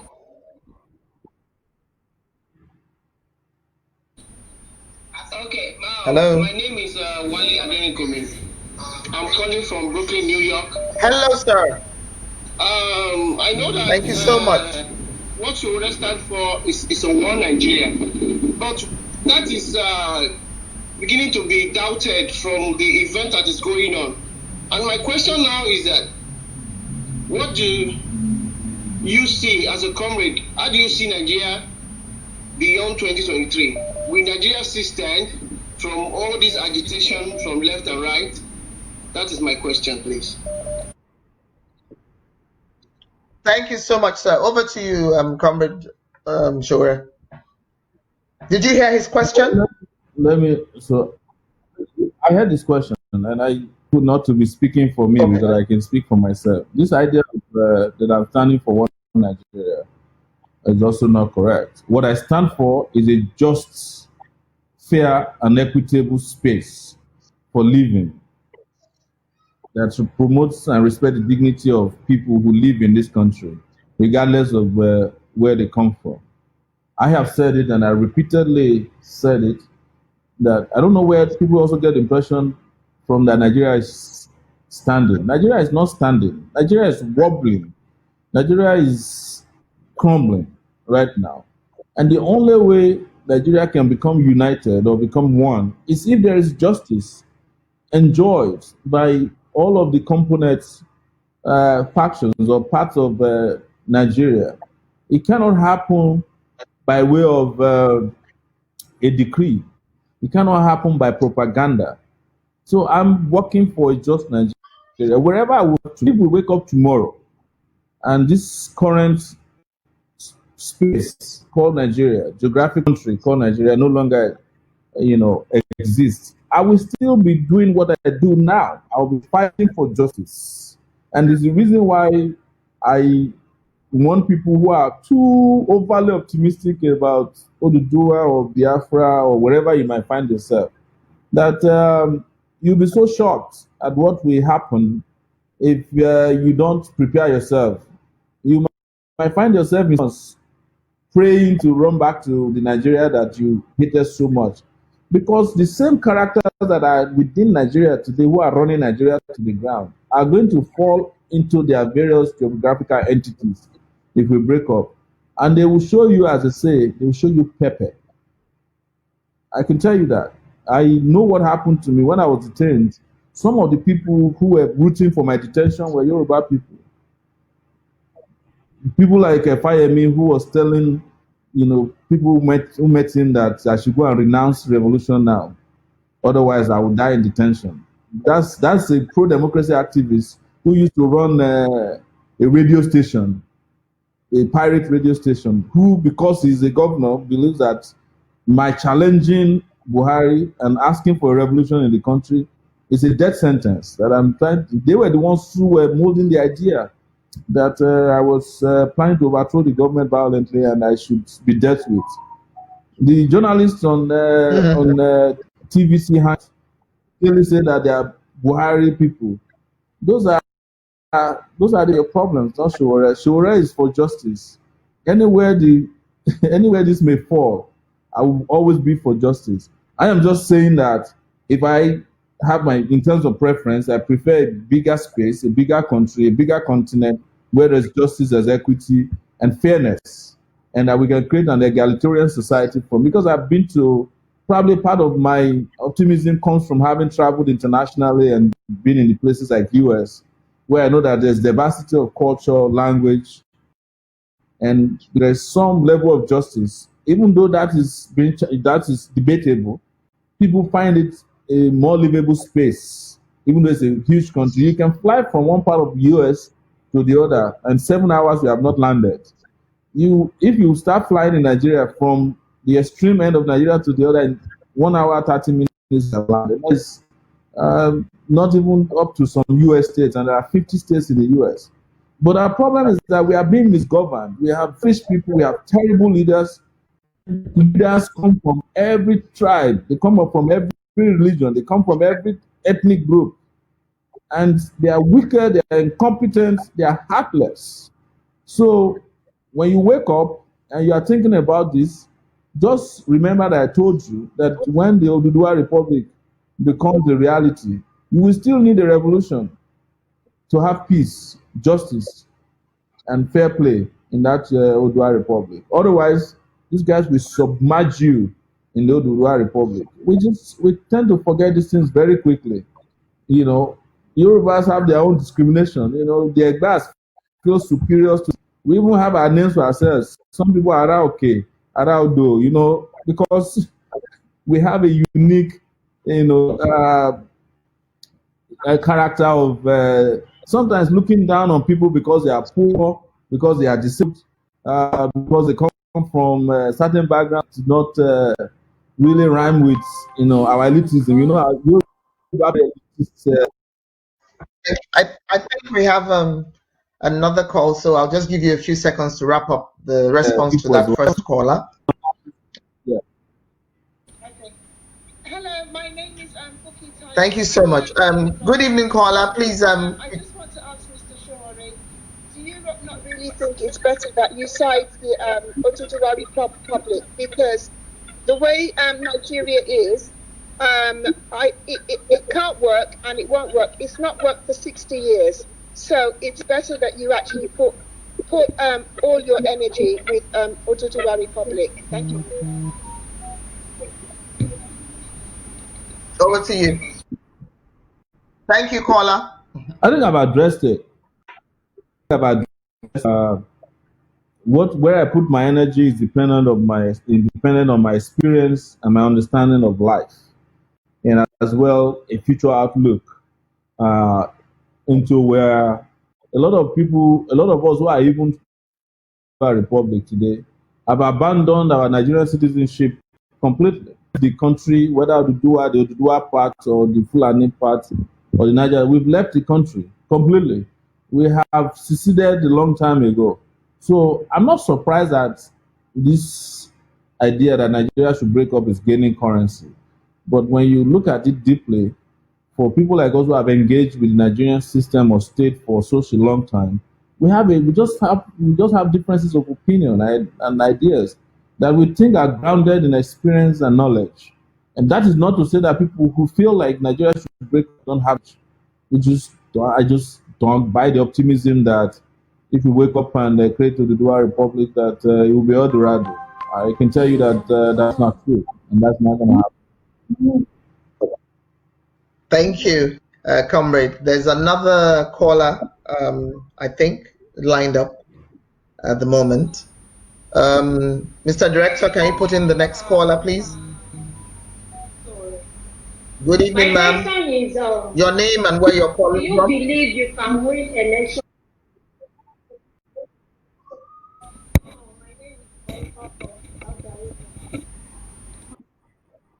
That do you believe you can win in this current Nigeria? My number one question. My number two, when you win the election, I know you cannot spend more than 8 years in this current Nigeria in your government. Do you think you can correct the whole mistake that is done since 60 years back? Do you think you can correct the mistake for just 8 years? And you remember that after your 8 years, you are still going to stand up and another person is still coming on that seat again. We cannot continue like this. That is my question. Just that two questions. Do you think you can win the election? And do you think you can correct the old mistake for the past 60 years now? Do you think you can correct it for just 8 years? When you start up another corruption person is still going to sit down there again. Do you think you can achieve that aim? That is my question. Thank you. Thank you. Yeah. I'll just reply with an analogy or my experience with free education. It took a whole 5 years to give me free secondary education. 5 years, right? We used to do 5 years in school. And the foundation he laid in 1980, they brought all the secondary schools. As the reason some of us are able to speak English today, go to the university and become self-sustaining. Just 5 years, right? So, but I will answer the question about the election. Elections are events that, when they are done the appropriate way, anybody with sense, anybody with ideas, anybody who is clear-headed can win an election. The question you are trying to ask, I'm sure, is would Nigeria ever have free and fair elections, right? To the point that good people can win. That is where the debate is coming from, and that's where that question is coming from. But for those who live in Oduduwa nation, this question applies to you. Can you win an election in an Oduduwa state today without killing somebody, without bribing election officials, without conniving with the police, the military? Those questions are applicable to a nation where everything has broken down. Even today, to win the election as a student union leader, if you don't have connection with the governor, you can't. But my position, which I've canvassed, is that when you want to win election, you just don't wait for the event. There are a series of things that has to happen. Sometimes we have to put up a fight. And that fight is the reason why, as soon as the election was over in 2019, we started agitating for a revolution in Nigeria. Because we understand, and our colleagues understand, that without a revolutionary movement in the country, we won't have anything left. It's just a matter of time.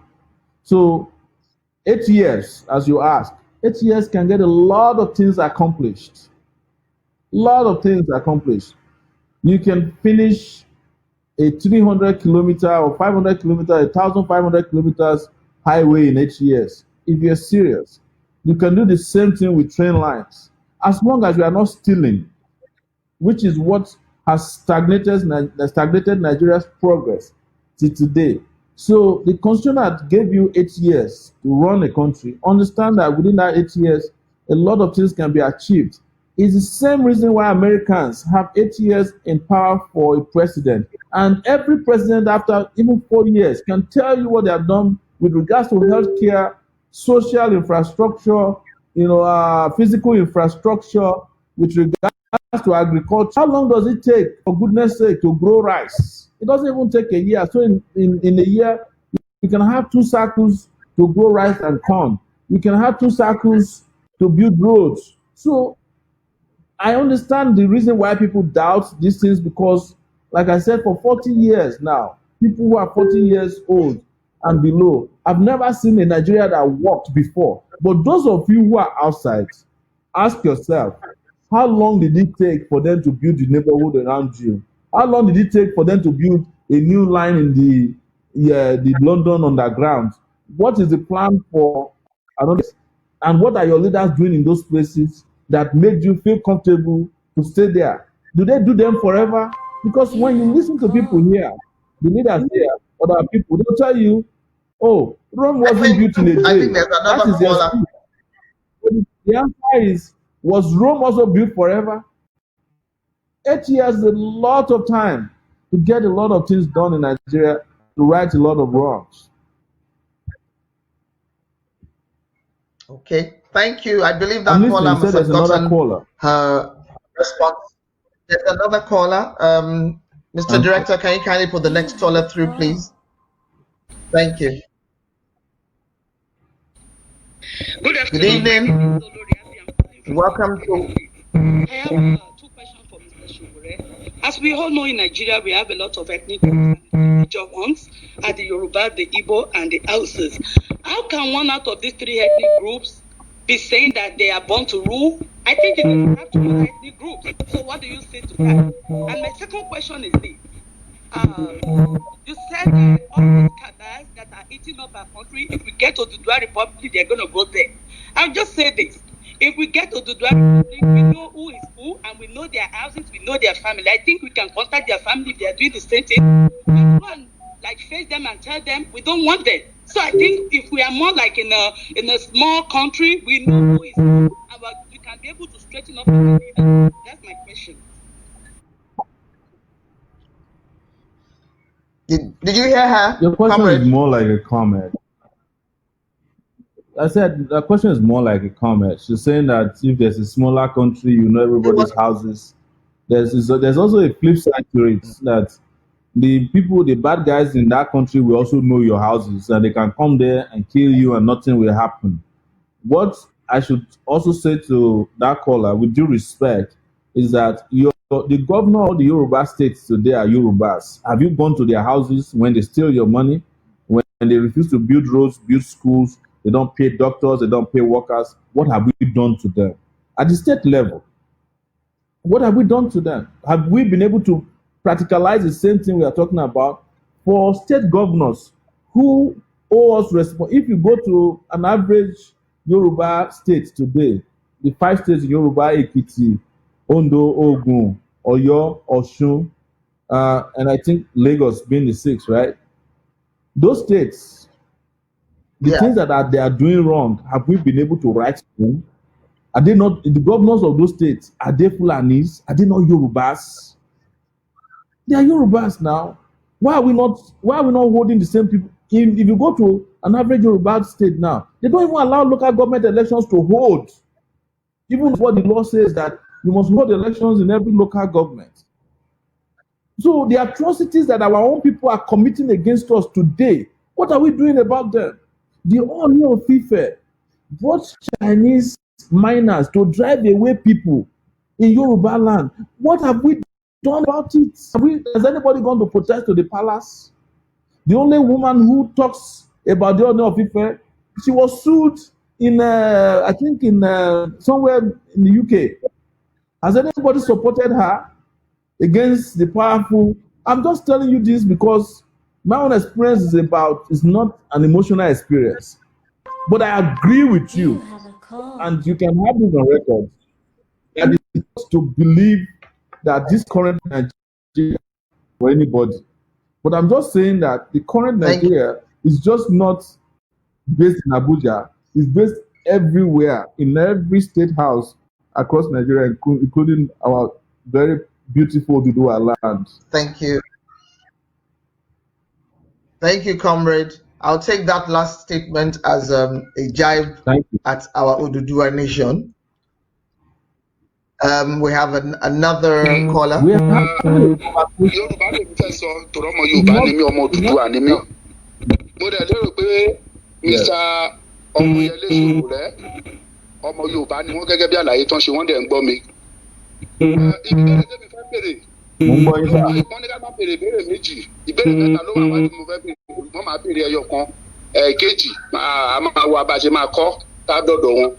Èyí tí mo fẹ́ béèrè ni pé ǹjẹ́ pẹ̀lú bí ọ̀rọ̀ Nàìjíríà ṣe rí lọ́wọ́lọ́wọ́ yìí, tá a bá kọ̀ tá a bọ̀ ọ̀nà ká kúrò nínú Nàìjíríà yìí ká dá dúró gẹ́gẹ́ bí ilẹ̀ olómìnira, pẹ̀lú bí nǹkan ṣe ń lọ yìí, ǹjẹ́ fúnṣọ wà fún àwa ọmọ Odùduwà àtàwọn ọmọ wa tó ń bọ̀ lẹ́yìn pẹ̀lú bí nǹkan ṣe ń lọ lórí ọ̀rọ̀ tá a gba òmìnira?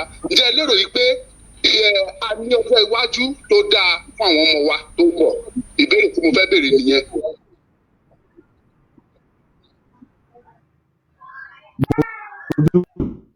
Torí Yorùbá lẹ fi bí mi, èmi náà dẹ̀ fẹ́ dá yín lóhùn. Yorùbá mi lè má jà gbé tiyín, àmọ́ nǹkan tá a sọ fún àwọn èèyàn wa ni pé àwọn tó ń kó wa lẹ́rú wọn kì í ṣe Haúsá nìkan, wọn kì í ṣe Ìgbò, àwa ara wa tá a jọmọ Yorùbá.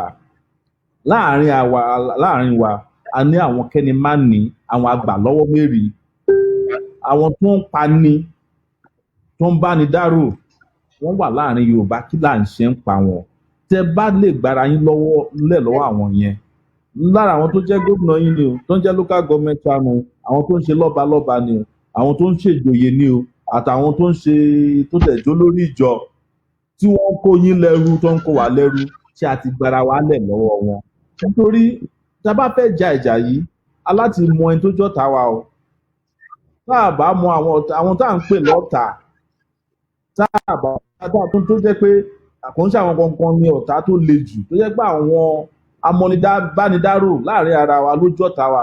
Tá a bá dojúkọ wọn, à ń tanra wa jẹ. Nìkan tá à ń sọ fún ẹ̀yin àgbààgbà, yín ọmọdé tó jọmọ ilẹ̀ Yorùbá káàárọ̀ jíire ni pé tá a bá ronú dáadáa ká tó máa ja ìjà yìí, a máa pàdé ara wa ní ọwọ́ àwọn tí à ń sá fún nínú Nàìjíríà. Wọ́n máa tẹ̀lé wa wá sílẹ̀ Odùduwà. Ìyẹn nǹkan tí àlàyé tèmi ṣe fún ẹ̀yin èèyàn wa ní pé kẹ má gbàgbé wípé wọ́n ní tílé bá tòrò, àwọn ọmọ àlè bẹ̀ ni ò tí ì dà. Àwọn ọmọ àlè tiwa wọ́n ti jọba o, wọ́n ti doníjòyè, wọ́n ti dolówó. Nǹkan tó ń ṣẹlẹ̀ àlàyé tí mò ń ṣe mò ń ṣe lórí ètò yìí náà nìyẹn. Mo dẹ̀ rò pé ẹgbọ́n mi ṣe ń ṣàríyàn tó yé yín. Ọ̀rọ̀ mi ò jù bẹ́ẹ̀ lọ. Okay, we're going to take the next call quickly, yes, sir. Thank you very much. Caller, go ahead, sir. Yeah, thank you. My name is Shegun calling from Birmingham. Please, Mr. Sowore, I actually appreciate you and I appreciate the moderator. I want you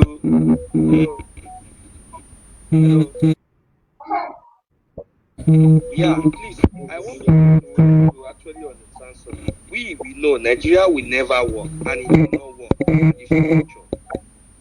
You coming to tell us about Nigeria or this is not gonna work. We know this is the time we were born. Please, Mr. Proper Yoruba, we know how to deal with our leaders. Leave them for us. That is why we know how to deal with them. Under this structure, we can't hold those people because they have been protected by the federal police. They have been protected by the federal army. There is no way we can handle them. But under Oduduwa police, we can gun them down easily. I know how to get a governor. I can slap a governor under Oduduwa structure. But under this structure, I can't do that. You can't bring somebody from Maiduguri to come and protect me in Shagamu or in Ijebode. Caller, your time is off, please. We're going to go to the next one. Yeah, thank you very much. Thank you. No, I like the enthusiasm from that brother who was asking the question. You can slap the governor. You can't slap anybody. If you are not slapping governor now, you can't slap governor even in Oduduwa Republic. In fact, exactly. Don't just perish the thought. Even when we had regional governments, right? There was a governor, I think it was in Oyo State, who had an issue with a guy, and Wole Soyinka wrote about it, and he broke the guy's leg. He asked him, I think the guy was dancing with his wife accidentally at a party. I think this is the governor of the governor who was the father of the former governor of Ekiti State. He was the military governor at that time. He had them to go and torture the guy. The guy was taken to London. They had to amputate the leg. Yes. Somebody just accidentally was dancing with his wife or girlfriend at a party. So I like the enthusiasm that our people have in this Oduduwa thing, but we have also a duty to historically remind ourselves that you can't slap a governor. In fact, maybe you are in London today. That's why we are talking. You can't slap Silo in Nigeria today. They will break your leg. They will kill you and nothing will happen. Nobody will even be courageous enough to pick your dead body. Even in Yoruba land, go to Lagos. When I was campaigning, It was May I still also add coming. that? Just let me say this. Let me say this. Let me say this before you go. Before you move on. When I was campaigning for presidency, it was easier for me to campaign in the north than to campaign in Surulere in Lagos, my own Yoruba land. They claim that the area belongs to them, that is an APC zone. And these are Yoruba APC operatives, not Hausas. So they held me to ransom in Surulere for 30 minutes, asking me to give them 200,000 before they released me. I told them, you can do whatever you want. It was after a while that they left me. But the guy who invited us, who is a Yoruba person, was made to pay 80,000 right there on the spot and to collect another 150,000 naira just because we came to campaign in You Surulere. have a call. Some of you must have seen my video now where we went to Lekki side. The same thing. We went to see a traditional ruler. As soon as we left the place, they held us to ransom. I went to the Oni of Ife. You saw the treatment that was meted to me there. They said they would behead me inside the palace. So am I not supposed to be a human being? Forget about whether I'm Yoruba or not. All this enthusiasm, with due respect, oh, we will slap our own government. You can't slap nothing. If you can't slap now, you won't be able to slap then. Just understand that. Let's have the understanding that wherever we find ourselves, we must be fighters to get freedom, real freedom. That's my position. Absolutely. Thank you so much, comrade. I just wanted to add quickly when you said that nobody can slap anybody, which is a fact, because even as Yoruba people or people of Udua extraction, one of the tenets that we have in our culture and tradition is respect for one another, and particularly for authority. As even to any other fellow human being, I don't think it's something that we do as our culture to just go about slapping people because we disagree with their behavior or how they speak. But like you said, I think the gentleman was just very full of enthusiasm, just as you rightly observed. I think we have one more caller before we go back again to our own questions here in the house. Mr. Director, can we put in the next caller? An hour and a half. We are 2 hours now.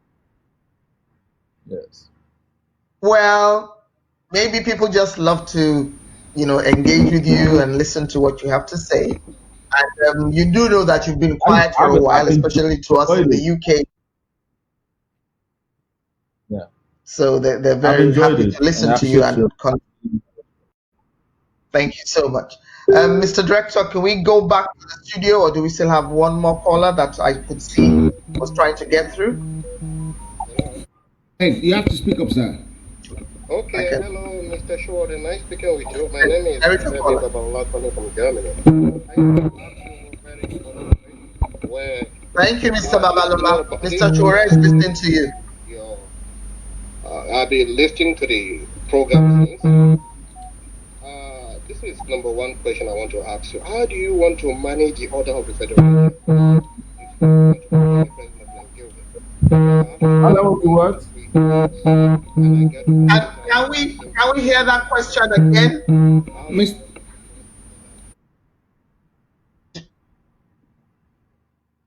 Mr. Director, I cannot hear, and just Comrade Sowore cannot hear. I'm back from another number because we can't hear the questions because the people are just calling in. Yeah, just 1 second, sir. There are too many calls. I understand. Okay. Sorry, comrade. We're just trying to get that caller back. There are too many. Everybody wants to ask. Yes.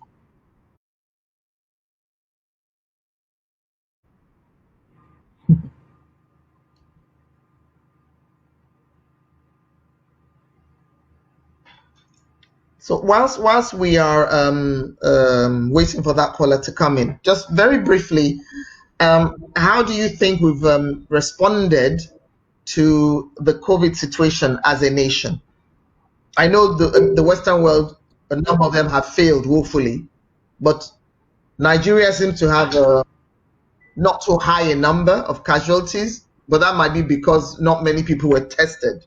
But how do you think, because you are there in the home ground, how do you think we've it's a function of testing.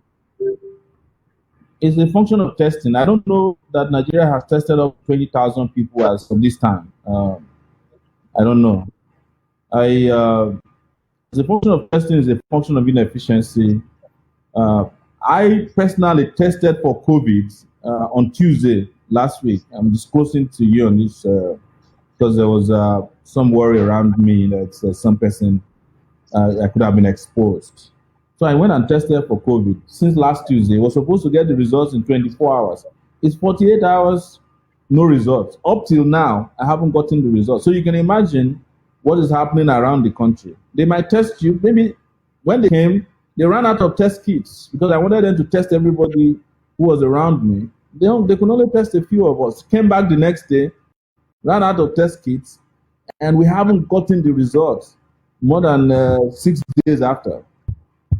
As I'm speaking with you, today is Sunday. It was since last Tuesday, no results. So they are not testing. Even when they test, who knows what they do? You know, it's try and error. So we just here. Let's just hope nothing. Maybe our immune system is a bit better than that of Europe and America, and maybe I don't know what factors are intervening on our behalf. On our behalf, the rate is low. I don't know, but just have been lucky. It's not as if we did anything different. COVID Nigeria without leadership. Remember I took the president. It took the president more than even a month to figure out how to pronounce COVID. He used to call it COVID 19, and eventually he addressed 19. So yeah. So nothing. Well, does it also plain?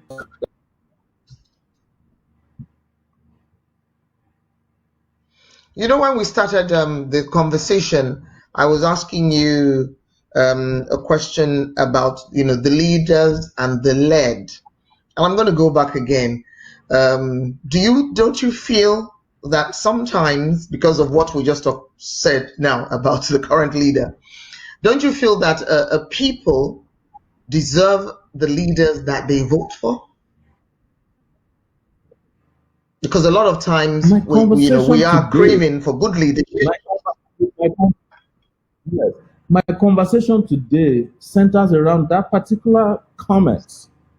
You see, why do you think everybody wants to exit from Nigeria? Leadership.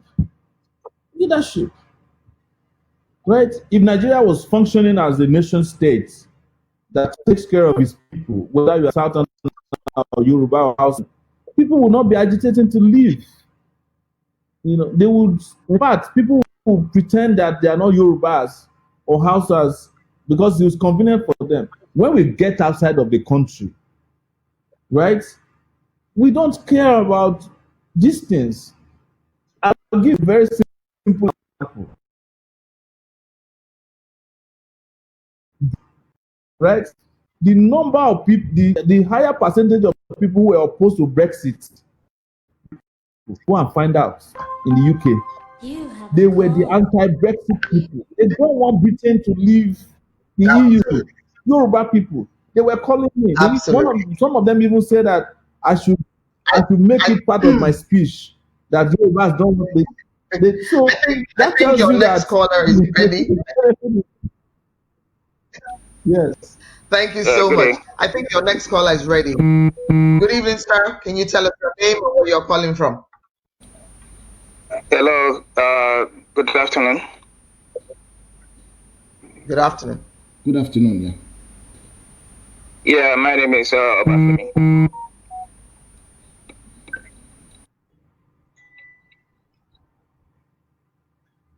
Yeah, hello, good afternoon. My name is Obafemi. I just want to contribute to the program going. I have a few questions and suggestions for Mr. Sowore. You got 10 seconds left, Uncle. Ask your question. They're listening to you.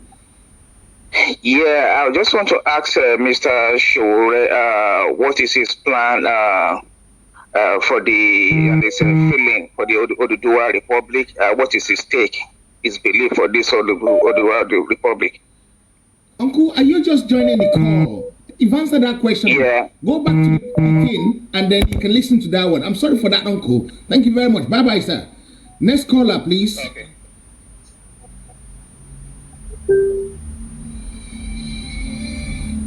Go ahead, your name and where you're calling from. Okay. 30 seconds from now. Thank you. Thank you. Go ahead. Yeah. Am I on the program? Yes, they can hear you. Go ahead, sir. Yes, hello, Mr. Sowore. How are you? How's everything? If you say how are you won't have the time. You got 20 seconds left. Oh, sorry. My own point is, I just want to know that you mentioned before that that Awolowo spent 5 years to do a lot of things. That 8 years is enough, and you realize that you are not the only person that will do it. You have House of Reps, and you have 2 years of government, presidential or whatever. I forgot. So if you think it's only you have to remember that others, if you think you want to do it, what of others? If others want to join you to do it, so my point is you have to take it very well. Sorry, you have to think it very well. Thank you very much. Caller, your time is up. Bye-bye. So over to you. You're right. No one person can do it. In fact, what is very interesting about was that when I had free education in 1980, Awolowo was not the president. He was just the candidate of the UPN, the Unity Party of Nigeria. It was just one policy. So imagine if Awolowo was president for 5 years, for 4 years, between 1979 and 83, what he could have done across, and what made Awolowo want to be president was because he wanted to expand his across the country. So, but your question is, am I the only person who can do this? Definitely not. The president of Nigeria today is the chief recruitment officer, human resources officer for the country. I'm not the only person who feels this way. You feel that way too. So when I'm president, I will look for the best hands. People are shouting about Obama today. I tell you, Obama is just the face of his policies. He doesn't even know sometimes what goes on. But if they build a good school or they have a policy, they will fly him down there. They know he knows how to talk his way through it. Sometimes he bullshit through it. You love him. You want to kiss his lips. And that's how to inspire people. The president of the country is not necessarily the person who knows how to do everything. You cannot do everything. It's not possible. But you have the capability and you have the acumen or the knowledge to run the system in a way that you attract the best to work with you.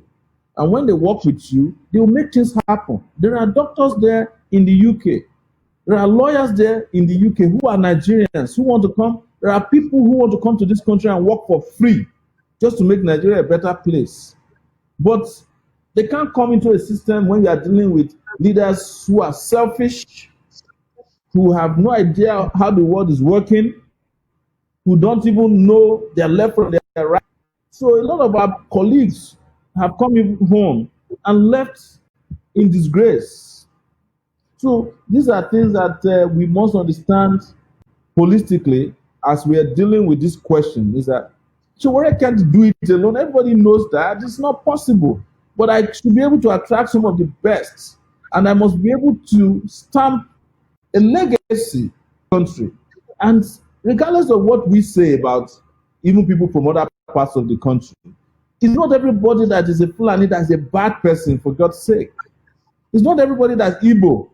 The only good people in the world are not Yorubas. And not everybody in Yoruba land is good.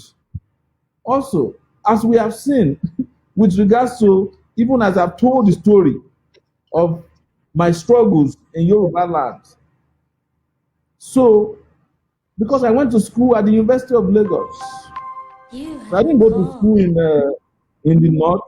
So everything I'm telling you is based on my experience going up. There's one more call. There's one more call for you. Good afternoon. This is Ade calling from London.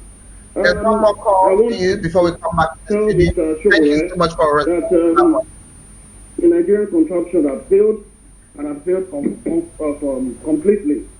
Even if it's thinking that is going to be a president, the current structure of that contraption favors only the North.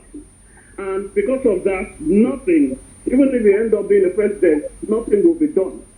That's number one. Number two, under this contraption, the Yoruba, the Southwest, have been unable to secure the lives and property because the headsmen that are killing in our forest are from the North. Okay? So the North has destabilized and destroyed the security apparatus, making it impossible for Yoruba land and other southern regions to be safe, to be protected. And that's why we are really chanting for our Oduduwa nation. Regarding the politicians and the leaders that have been, lying to us and leading, we know how to deal with them. We will definitely deal with them by the power of Almighty God. I will only advise Mr. Sowore to join this struggle before it's too late. We love you. You are an Oduduwa son, but it's better now for you to join the Oduduwa train, to contribute your skills, to help us to be able to build that justice that you dream of in Oduduwa nation. Thank you very much. Would you like to respond to that? Yes, and I take this as the last question because I have other engagements Yes. also. That's actually the last question. As I said, that is the last question. But I love our people. I love the enthusiasm. I keep hearing this thing, and then that last caller just summarized our helplessness too, because he said we know how to deal with the leaders. God help us. Hasn't there been God since our leaders have been dealing with us? So God is just suddenly going to come now because we are going to have Yoruba land. It's part of this is how we express our frustration. Again, as my final submission on this matter, Princess, I am for justice. I will work for the interest of any just, fair, and egalitarian nation in the world. Be it Yoruba nation, be it Nigeria, be it Africa as a nation. That's my dream, to have the entire African continent as one nation, integrated, prosperous, progressive, and powerful. But what I don't fall for, and will never fall for, is to live in a fool's paradise. And this is my final submission, that just the creation of a Yoruba nation will automatically solve our problems. I'm saying no, it won't, because it has never happened before. What will solve our problem are citizens that are active, fearless, courageous. And if we have such citizens today, we will solve Nigeria's problem to the point that the Yoruba nation we are looking for will exist as a humanity in this current have. I'm a space person. I just love having a big space. And one last thing I'll say is that when they were creating states, they took Osun from Oyo State. It took them 23 years to finish their boundary disputes. In fact, I think some of them are still ongoing.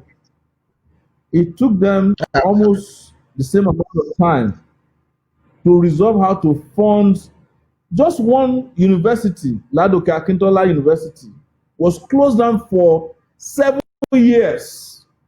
I mean, he had problems for years because the governor of Oyo State and the governor of Osun State refused to fund just a college that belonged to the two of them, a university, Ladoke Akintola University, wasted the time of their children.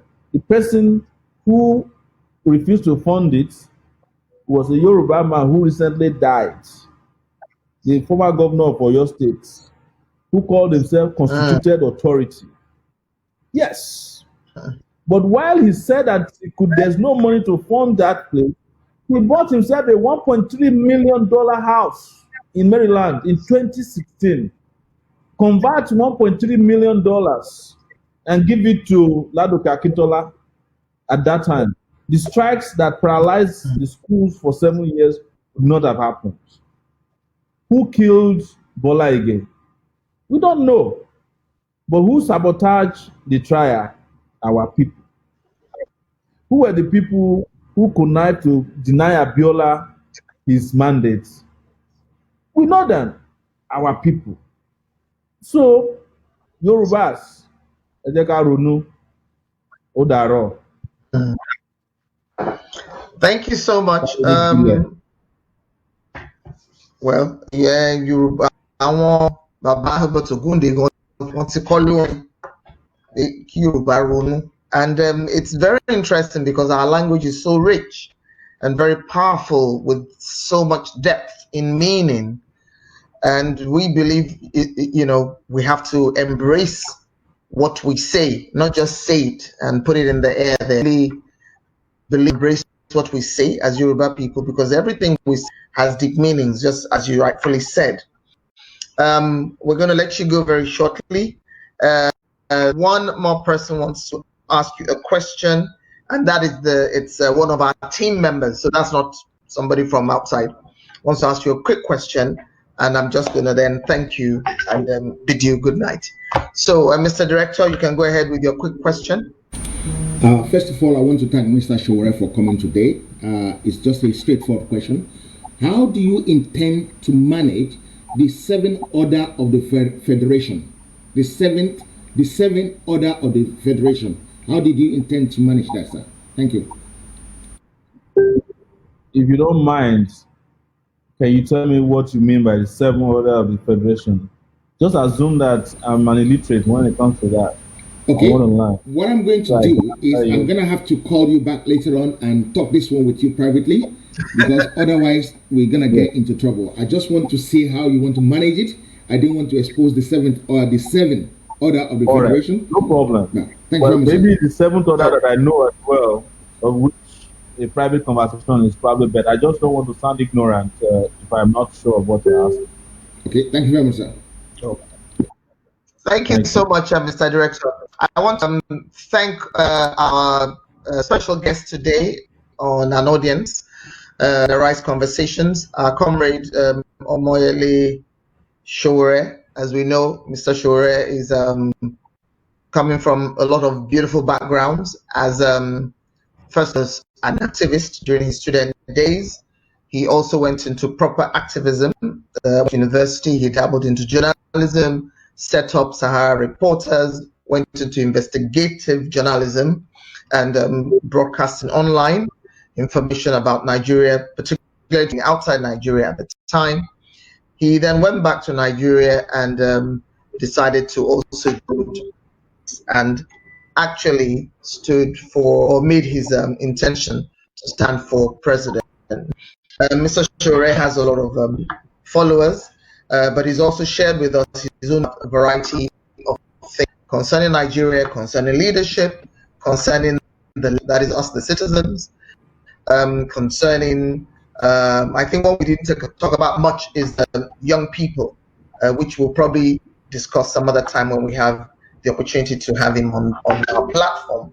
But he also let us know quite candidly, his own opinion and his thoughts, how we can move forward, not only as Nigeria but as Africa. He's more of a Pan-African, and he's more of us have Nigeria as a nation. He doesn't particularly favor us having an Udua nation, but that is personal to him. Opinions are personal to everybody. He's been very, very nice to us with his time, because we did say 2 hours, and I think we've totally overrun 2 hours that we booked with him. So I'd love to thank you very much, Comrade, for being with us. Thank you for your patience. Thank you for questions, not yourself, but also from our viewers. I just want to say 2 things. One, when should we expect next in the UK after all the COVID wahala has gone down? And number 2, what is your last word, to our viewers? My last word, first question is when I'll be in the UK. Maybe I have 2 situations that I started this program with. I am in Abuja, held down by the Nigerian government with a bail condition that restricts my movement outside of Abuja. And secondly, of course, we still have the COVID situation. As soon as both are resolved, one of my priority places to visit will be the UK. It's where I can talk to most of you now. It'd be great to unite. I also want to thank Heritage TV. I decided to do this and give you as much time as possible because when I was in the UK last time, I was supposed to have an interview with you and it didn't happen for some reason. Last one, I to say thank you all and revolution now. Revolution now. Okay. Good night. I believe that is a very pregnant statement. I think that's a very pregnant statement. Thank you so much. Have a good evening. Warm regards to your family. And please keep well and stay safe. And hopefully you'll be out and about and able to step on the next plane to come to the UK. God bless you. A luta continua. Victoria. Well, ladies and gentlemen, thank you. We've been speaking with, again, as I said, Comrade Omoyele Sowore, who is somebody that quite a number of people know him, but especially for the young people that I love them to also get into the knowledge of who they are and what happens in the country that they're from, that is Nigeria and Yorubas as well. Mr. was, as a young in university, he was a student leader. He will also became a very versatile activist. He's a social commentator. He took that when he went to the United States for his master's program. He also took that on board and used technology to go into reporting what was going on, both outside Nigeria and inside Nigeria, on his platform called Sahara Reporters. He became an investigative journalist as well. And he used to take on the governments of the day, different leaders, people in government, etc. And then he also went into politics himself and decided to run for president. He still obviously has very great hopes for the Nigerian nation itself, and therefore we will be watching him and seeing what next is up his sleeve. Thank you for joining us, all of you, for your support of myself and the Right Conversations, but most especially of our platform, HATV Multimedia. God bless you all. Have an amazing weekend. Do keep well and stay safe. Take care of yourselves and each other. And until next time, God bless.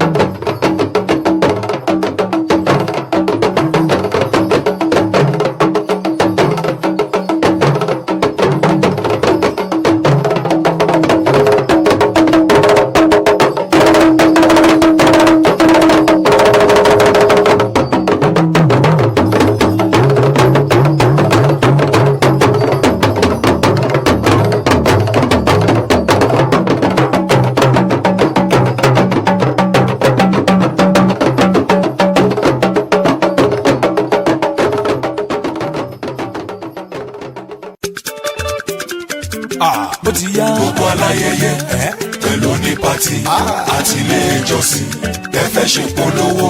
Heritage TV. Heritage TV. wọ́n bẹ nílùú London o. Heritage TV. wọ́n fọwọ́ wọn sọ̀yà o. Heritage TV. ẹ̀yin aráàlú London ǹjẹ́ ẹ ti gbọ́ pé iléeṣẹ́ Heritage TV tún ti gbé àrà tuntun yọ o. gbogbo àríyá yín pátápátá la ó máa bá yín polongo rẹ̀ jákèjádò gbogbo ayé ká máa ṣayẹyẹ ní London ká sì máa wò l'Amẹ́ríkà ní Nàìjíríà àti káàkiri àgbáyé lẹ́sẹ̀kẹsẹ̀ àti lójú kan náà bó jẹ́ lórí fídíò tàbí lórí photograph tó mọ́lẹ̀ yékéyéké. Heritage TV ní bàbá o. gbogbo àwọn ayẹyẹ yín bí ọjọ́ ìbí ìsìnkú àgbà ìgbéyàwó àjọ̀dún ilé ìjọsìn yín Heritage Television ní kẹ́ ẹ máa bọ̀ tààràtà. ìlú London la wà United Kingdom la tẹ̀dó sí. ẹ kàn sí wa lórí ẹ̀rọ ìbánisọ̀rọ̀ yìí 020-800-46100 tàbí lórí ẹ̀rọ alátagbà wa ayẹyẹ@heritagetv.co.uk àti lórí ẹ̀rọ alágbèéká 0734-123-4560. Heritage TV abalẹ́tù ọmọdé la wó.